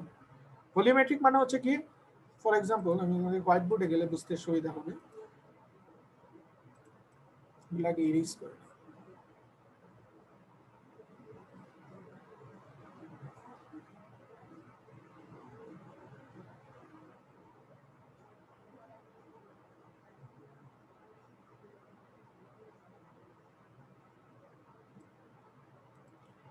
ধরো ফর এক্সাম্পল এটা হচ্ছে একটা ভলিউম, ঠিক আছে? তো রেডিয়েশন কি ভিতরের পয়েন্ট থেকে রেডিয়েশন, মানে রেডিয়েশনটা কিভাবে হচ্ছে? শুধু সারফেস থেকে রেডিয়েশন হচ্ছে, হ্যাঁ, নাকি ভিতর থেকেও রেডিয়েশন হচ্ছে? আর কি ভিতরের মলিকিউলগুলো রেডিয়েট করতেছে। স্যার এটা কি ব্ল্যাক বডি রেডিয়েশনের মতো? হ্যাঁ হ্যাঁ, ব্ল্যাক বডি রেডিয়েশন, সেটাই তো আমরা ডিসকাস করতেছি এখানে। হ্যাঁ, থার্মাল রেডিয়েশন তো হচ্ছে ব্ল্যাক বডি রেডিয়েশন, তাই না? ঠিক আছে, আচ্ছা। তো যাই হোক, আমরা যেটা বলতে চাচ্ছি সেটা হচ্ছে যে এখানে যে ম্যাটেরিয়ালটা থার্মাল রেডিয়েশন হচ্ছে ম্যাটেরিয়ালের, এটা কি সারফেস থেকে হয় সাধারণত নাকি ভলিউম থেকে হয়? ভিতরের মলিকিউলগুলোও রেডিয়েট করে আর কি। তো যে মানে এটা রেডিয়েশনটা কি ভলিউমেট্রিক ফেনোমেনন নাকি সারফেস ফেনোমেনন? তো যদি ভলিউমেট্রিক ফেনোমেনন হয় তাহলে ভিতরের মলিকিউলগুলোও রেডিয়েট করবে, আর যদি সারফেস ফেনোমেনন হয় তাহলে শুধুমাত্র সারফেসের মলিকিউলগুলাই রেডিয়েট করবে। তো জেনারেলি এটা ভলিউমেট্রিক ফেনোমেনন। তবে যেসব ম্যাটেরিয়াল অপাক ম্যাটেরিয়াল মানে হচ্ছে যেগুলাতে মানে ফর এক্সাম্পল মানে মানে অ্যাবজর্পটিভ, মানে রেডিয়েশন অ্যাবজর্ব করার মানে অ্যাবজর্ব করতে পারে অনেক বেশি, সেই সব ম্যাটেরিয়ালে আসলে এই রেডিয়েশনটা হচ্ছে গিয়ে তোমার সারফেস ফেনোমেনন। কারণ হচ্ছে ভিতরের ম্যাটেরিয়াল যখন, মানে ভিতরের মলিকিউল বা অ্যাটমগুলো যখন, অ্যাটমগুলো যখন রেডিয়েট করবে, এটা সারফেস পর্যন্ত আসতে পারে না। কারণ এর আগেই ভিতরে অন্যান্য মলিকিউলগুলো যেগুলো আছে, অ্যাটমগুলো আছে, তারা এটা অ্যাবজর্ব করে নেয়। অ্যাবজর্ব করার কারণে সারফেস পর্যন্ত আসতে পারে না। এই ধরনের ম্যাটেরিয়ালকে আমরা বলে থাকি অপাক ম্যাটেরিয়াল। তো তাদের ক্ষেত্রে রেডিয়েশনটা আসলে সারফেস ফেনোমেনন, তবে জেনারেলি এটা একটা ভলিউমেট্রিক ফেনোমেনন। ঠিক আছে? তো আমরা ওই রেডিয়েশনটা আবার রেডিয়েশন হিট ট্রান্সফার মডেল করতে চাই, হ্যাঁ, তো সেজন্য আমরা কিছু ফর্মুলা দেখতে চাই।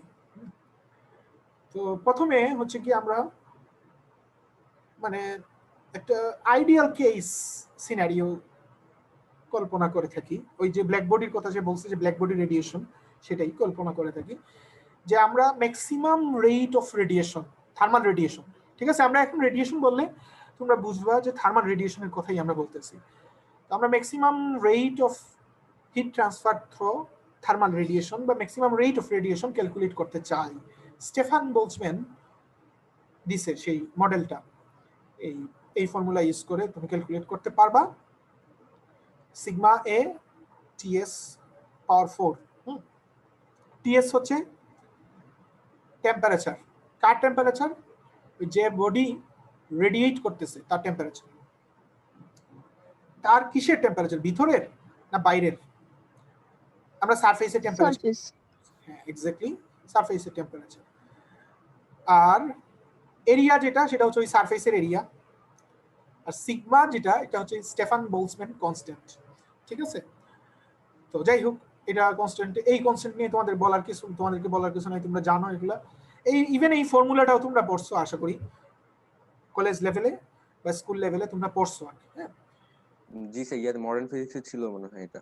হ্যাঁ হ্যাঁ, ওই একবারে বেসিক ফর্মুলা, এগুলা নিয়ে আরো মডার্ন ফিজিক্সে ওই যে ম্যাক্সওয়েল কি যেন কোয়ান্টাম মেকানিক্স এর মডেলও আছে এগুলা, তাই না?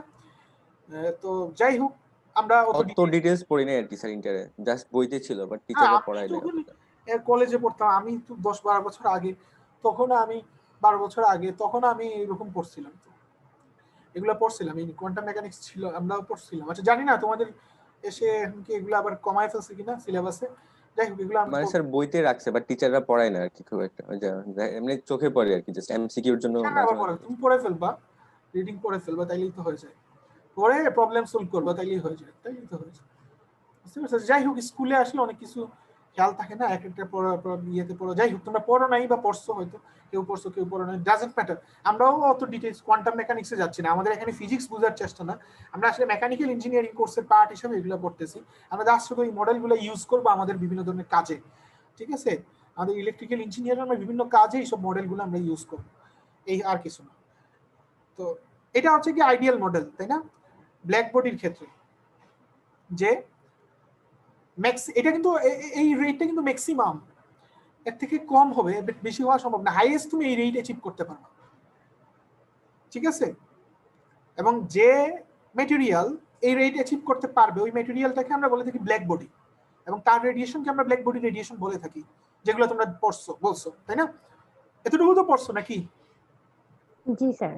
আচ্ছা, এখন তাহলে অন্যান্য ম্যাটেরিয়ালকে তুমি কিভাবে মডেল করবে? একটা কনস্ট্যান্ট দিয়ে মাল্টিপ্লাই করবে, এমিসিভিটি, সেই কনস্ট্যান্টটা, এটার ভ্যালু 1 যদি হয় তাহলে এটা হয়ে যাবে ব্ল্যাক বডি হয়ে যাবে, আর 1 এর থেকে নিচে হয় 0 থেকে 1 এর মধ্যে কোনো একটা ভ্যালু হইলে ম্যাক্সিমাম তো অ্যাচিভ করতে পারলো না, যেটা অ্যাচিভ করলো সেটাই, ঠিক আছে? এইভাবে আমরা রেডিয়েশনটাকে মডেল করতেছি এখানে।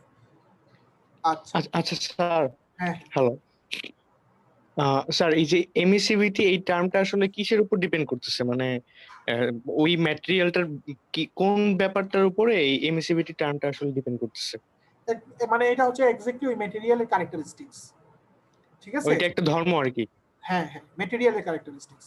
তারপরে এখন কিভাবে আসলে এমিসিভিটিটা মানে কিসের উপর, ম্যাটেরিয়ালের কোন প্রপার্টির উপর, ম্যাটেরিয়ালের ক্যারেক্টারিস্টিক্স আমি বললাম, বলা হচ্ছে তোমরা যদি কোশ্চেন করো যে ম্যাটেরিয়ালের কোন প্রপার্টির উপর ডিপেন্ড করে এমিসিভিটিটা, যে ভিতরে অ্যাটমিক স্ট্রাকচারটা নাকি মানে ইলেকট্রন নাকি কি, মানে কিসের উপর, মানে তার মানে ওই যে ইলেকট্রনিক ও মানে স্ট্রাকচার, যে বাইরের আউটার সারফেসে কয়টা ইলেকট্রন আছে, হ্যাঁ, কোন স্টেট, এনার্জি স্টেটে কয়টা ইলেকট্রন আছে, ওই যে আমরা ইলেকট্রন বিন্যাস, সেটার উপরে কি ডিপেন্ড করে কিনা নাকি অন্য কোনো কিছুর উপর ডিপেন্ড করে, সেগুলো আমার এই কোর্সের বিষয় না।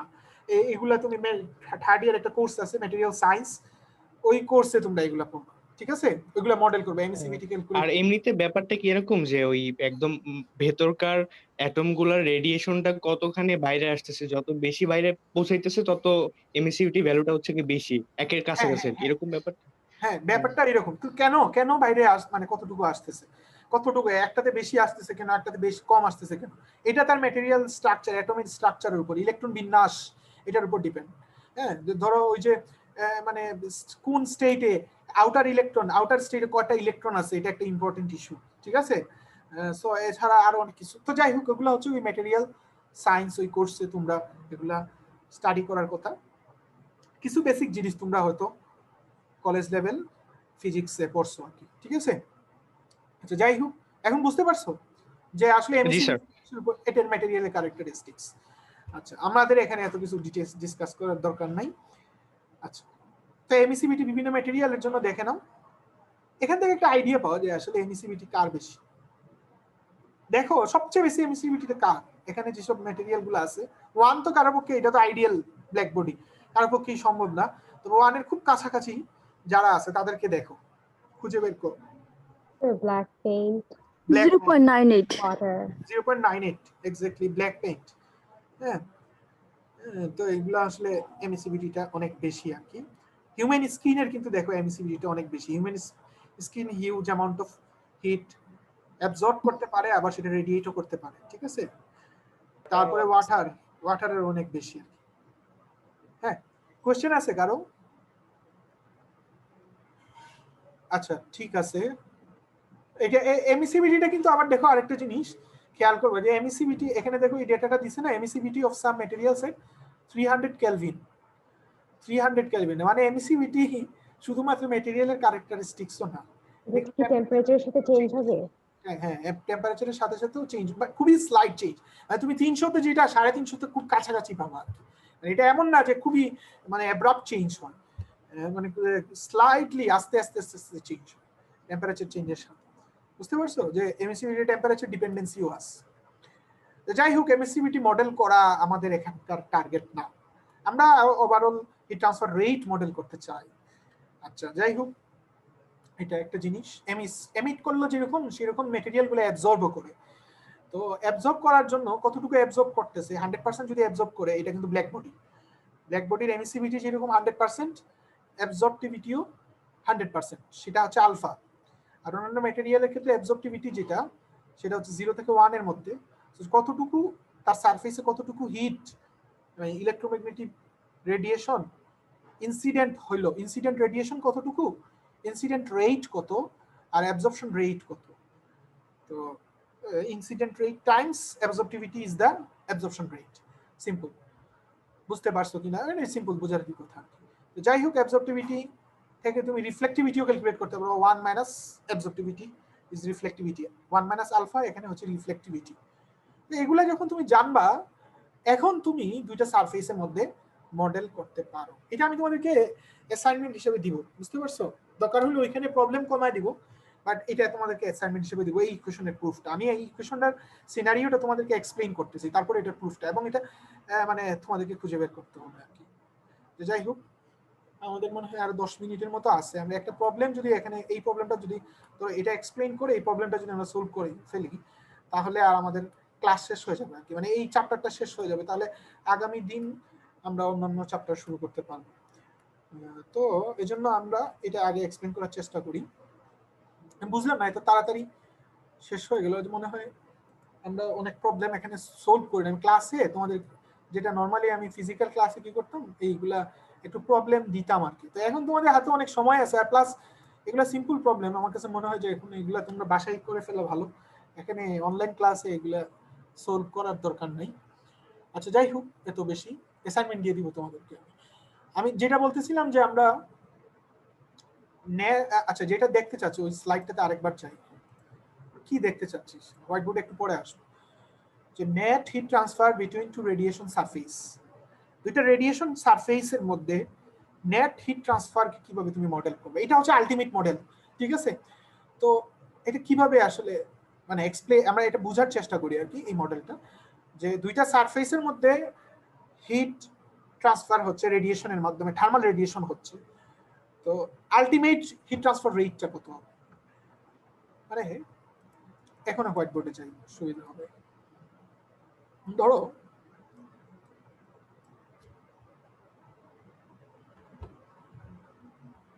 এটা হচ্ছে একটা স্ফেয়ার।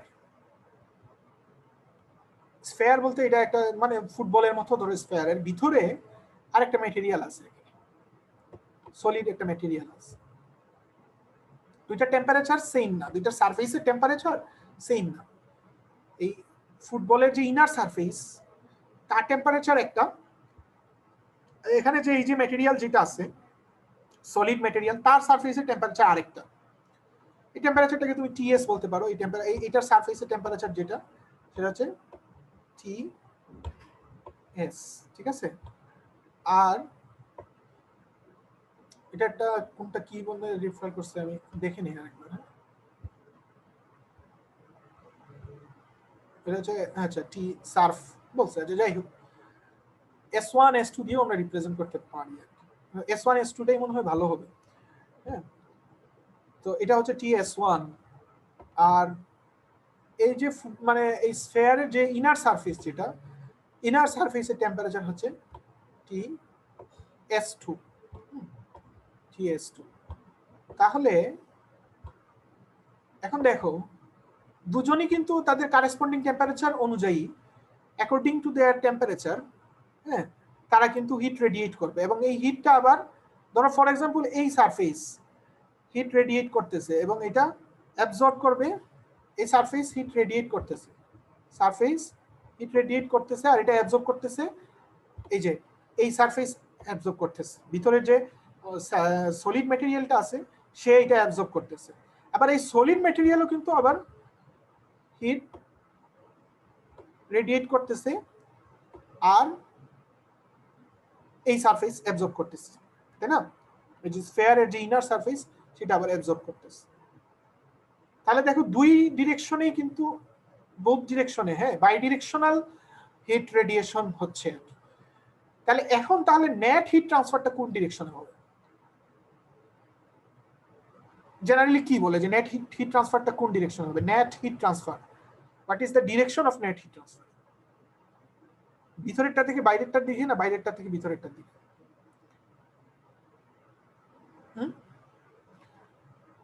দুজনের টেম্পারেচারের উপরে ডিপেন্ড করবে এটা নেট হিট ট্রান্সফারটা।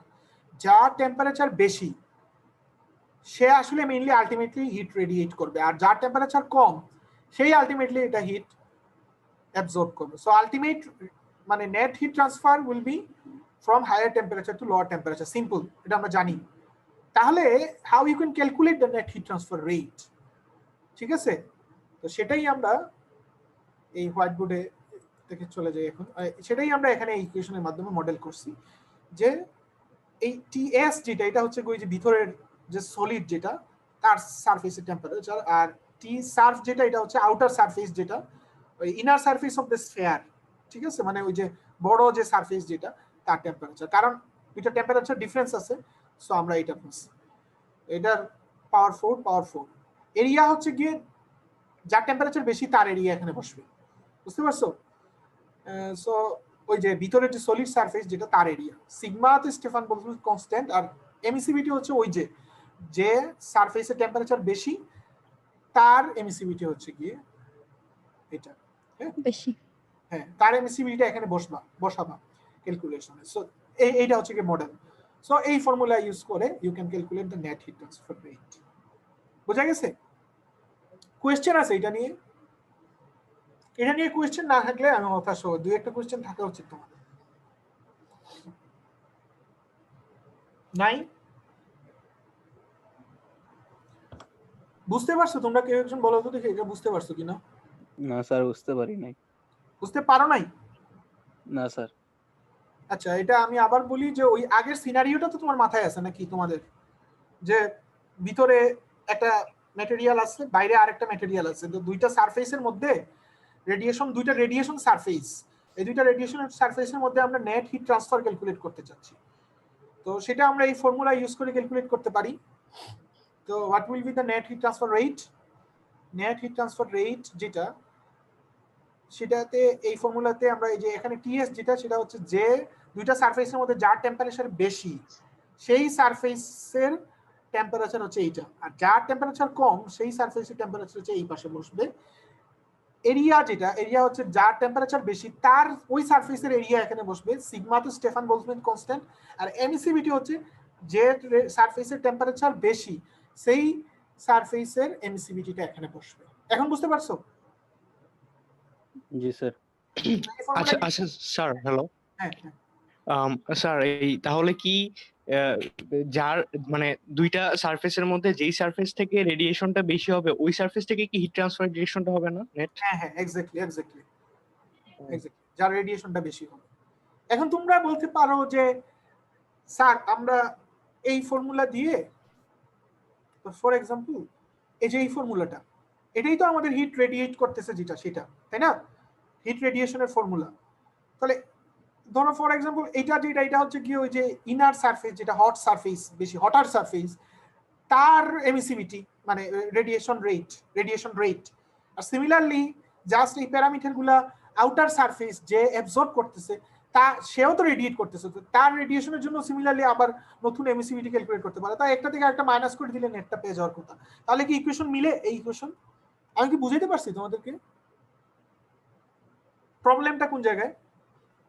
তাহলে দুইটা কিউ কি মাইনাস করছে না বড়টা থেকে ছোটটা? না না, মাইনাস তাহলে করলে তো এরকম দেখার কথা না। ফর এক্সাম্পল আমি দেখাই তোমাদেরকে, এই যে এখানে ধরো ভিতরেরটার জন্য যে এটাকে 1 দ্বারা রিপ্রেজেন্ট করতেছি, তো Q1। So what is Q1? হ্যাঁ, হোয়াট ইজ Q1? তার এমিসিভিটি যেটা এপসাইলন 1, সিগমা তো সবার জন্য constant,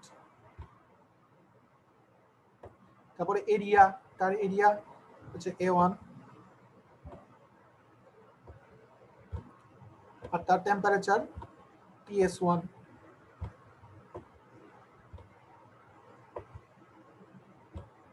to the power 4। Similarly Q2 এর জন্য কি হবে, মানে বাইরের সারফেস যেটা, এই সারফেসটা স্ফিয়ারের ইনার সারফেস যেটা, সেটার জন্য কি হচ্ছে ফর্মুলা?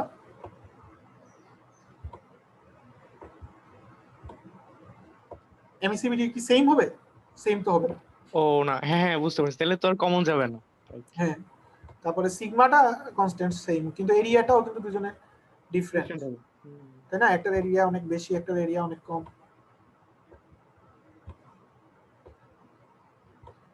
TS2, তাই না?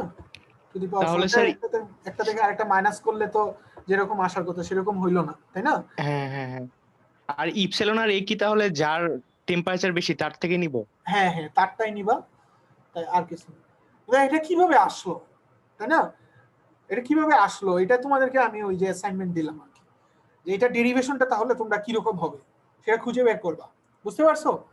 খুঁজে বের করে বুঝে তারপরে সেটা মানে তোমরা এটা করবা আর কি, এই ডেরিভেশনটা করবা কোনো না কোনো সোর্সের হেল্প নিয়ে, করে এটা আপলোড করবা গুগল ক্লাসরুমে। সো আমি তোমাদেরকে কিছু প্রবলেম দিব, আর হচ্ছে এইটা প্রুফ করতে দিব। এই দুইটা কাজ তোমরা করে মানে অ্যাসাইনমেন্ট জমা দেবো এই উইকের অ্যাসাইনমেন্ট, বাট তোমাদের মতো কনভিনিয়েন্ট টাইমে, কারণ আমি এখন অনেকেই তো মানে বিভিন্ন প্রবলেমের কারণে হয়তো ক্লাস করতে বা এইসব ম্যাটেরিয়াল বিভিন্ন প্রবলেম থাকতে পারে, কেউ অসুস্থ থাকতে পারে, এই জন্য আমি এগুলো কিন্তু কোনো ডেডলাইন দিচ্ছি না অ্যাসাইনমেন্টগুলো, তোমরা তোমাদের কনভিনিয়েন্ট টাইমে সেগুলো জমা দেবো। আমি শুধু দেখবো কে কয়টা অ্যাসাইনমেন্ট জমা দিচ্ছে, তারপরে আমি অ্যাসাইনমেন্টগুলো দেখবো, দেখে অ্যাসাইনমেন্টের মার্কিং করবো। অ্যাসাইনমেন্টের মার্কস যে 5 মার্ক, এর থেকে বাড়ায়ও ফেলতে পারি, এমন হতে পারে 10 মার্কস নিয়ে যেতে পারি অ্যাসাইনমেন্ট। অনেক বেশি অ্যাসাইনমেন্ট যদি দেই, কয়টা অ্যাসাইনমেন্ট দিছি এটার উপর বেস করে আমি অ্যাসাইনমেন্টের ওয়েট দিব, ঠিক আছে? ইন কোর্স থেকে একটা পার্সেন্টেজ অ্যাসাইনমেন্ট নিয়ে নিতে পারি। তো যাই হোক, সেগুলা অন্য ব্যাপার, আর মানে মার্কসের ব্যাপার। তো অ্যাসাইনমেন্ট তোমরা জমা দিবা আর কি, বুঝতে পারছো? আর অ্যাসাইনমেন্ট আবার কপি করো না একজন আরেকজনের, এটা ঠিক না। এটা আমি যদি দেখি কপি টপি করছো, তাহলে যারটা কপি করছো তাকেও মার্কস কমাই দিয়ে দিব। আমি চেক করবো একজনেরটার সাথে আরেকজনেরটা মিলছে কিনা, মানে দেখলেই, অনেকগুলো অ্যাসাইনমেন্ট দেখলেই বোঝা যায় যে কে কারটা কপি করছে। হ্যাঁ, আইডেন্টিফাই করতে পারবো না, বাট কয়েকটা কপি একসাথে হয়েছে যে একটা গ্রুপ, সেগুলো আইডেন্টিফাই করে ওগুলোতে মার্কস কমাই দিয়ে দিব। তো কপি করবা না, নিজেরটা নিজে করবা, আরেকজনের হেল্প নিতে পারো, ডিসকাস করতে পারো, করবা। তো যাই হোক, এরকম আমি অ্যাসাইনমেন্ট দিব আর কয়েকটা। তাহলে এই আজকে দুইটা অ্যাসাইনমেন্ট দিব, একটা হচ্ছে কি প্রবলেম, বেশ কয়েকটা প্রবলেম দিব, আর হচ্ছে একই সাথে বেশ কিছু প্রবলেমের সাথে সাথে হচ্ছে কি এই ইকুয়েশনটা প্রুফ করা, ঠিক আছে? এই মডেলিংটা করা। আমি ওই ফ্লুইডেরটা দিচ্ছি না, ওই কনভেকশনেরটা দিচ্ছি না, বাট রেডিয়েশনেরটা দিলাম আর কি তোমাদের জন্য, বুঝতে পারছো? আচ্ছা, আজকের ক্লাস শেষ করে দিব, আর আমি ওই যে প্রবলেমটা এগুলো আমি সামনের দিন ডিসকাস করে এরপরে অন্যান্য টপিকসে চলে যাবো আর কি। এই একটা প্রবলেম ডিসকাস করবো, এইটা, বাকিগুলো অ্যাসাইনমেন্ট দিয়ে দিব। প্রবলেম অনেক প্রবলেম অ্যাসাইনমেন্ট দিব তোমাদের, এই হচ্ছে কথা। কোয়েশ্চেন আছে কারো আজকের ক্লাস নিয়ে? আর সবাই কি নাম, নিজের নামটা লিখছো, তাই না? কারো যদি হ্যাঁ হ্যাঁ স্যার আমাদের হচ্ছে মানে সবার ইয়ার নামের ক্ষেত্রে স্যার দুটা যে মানে প্রথমে হচ্ছে স্যার মানে ফরম্যাটটা এরকম আর কি স্যার, হাবিব স্যার হচ্ছে উনি এক্সাম রোল নিচ্ছেন স্যার, আর আপনি হচ্ছে ক্লাস রোল নিচ্ছেন। এই জন্য স্যার আমরা প্রথমে হচ্ছে ক্লাস এক্সাম রোলটা লিখছি স্যার, আর তারপরে হচ্ছে নাম, তারপরে মানে ক্লাস রোলটা লিখলাম আর কি স্যার। প্রথমে এক্সাম রোল 400 পর ডিজিট যেটা স্যার, এটা হলো এক্সাম রোল, তারপরে নাম, তারপরে স্যার এটা আর কি ক্লাস রোলটা। আচ্ছা ঠিক আছে, সমস্যা নাই, আমি বুঝতে পারবো। যে কোনো রকম তোমার ক্লাস রুল আর এক্সাম রুল দুইটাই থাকলেই হবে আর কি। ক্লাস রুল থাকাটা সবচেয়ে ভালো, এক্সাম্পল না থাকাটাই ভালো। কিন্তু জি স্যার আমরা প্রথমে স্যার এভাবেই রাখছিলাম, কিন্তু ওই যে হাবিব স্যার এক্সাম্পল নিচ্ছেন এই কারণে স্যার পরে দুটাই ইনক্লুড করছি। সমস্যা নাই, দুইটাই ইনক্লুড করছো, ভালো করছো, থাকুক, আমার জন্য কোনো সমস্যা নাই। আমার নাম আর ক্লাস রুল থাকলেই হইলো আর কি। এক্সাম্পল তোমাদের ইচ্ছা, দিলেও দিতে পারো, না দিলেও সমস্যা নেই। ঠিক আছে, ওকে। তাহলে অনেকেই তো আজকে পার্টিসিপেট কমে গেছে, দেখলাম 40-50 জন, গতদিন মনে হয় আরো বেশি ছিল, 60-70 জন 66 জন চলে আসো, আজকে আবার কমে গেছে। যাই হোক, আজকে ক্লাস নিয়ে আর কোনো কোয়েশ্চেন থাকলে করতে পারো, নাহলে ক্লাস এখানে শেষ করে দিচ্ছি। কোয়েশ্চেন আছে কারো কোনো? 10 সেকেন্ডের মতো আমি ওয়েট করব। ঠিক আছে, তাহলে আগামী বুধবার, হ্যাঁ, ওকে।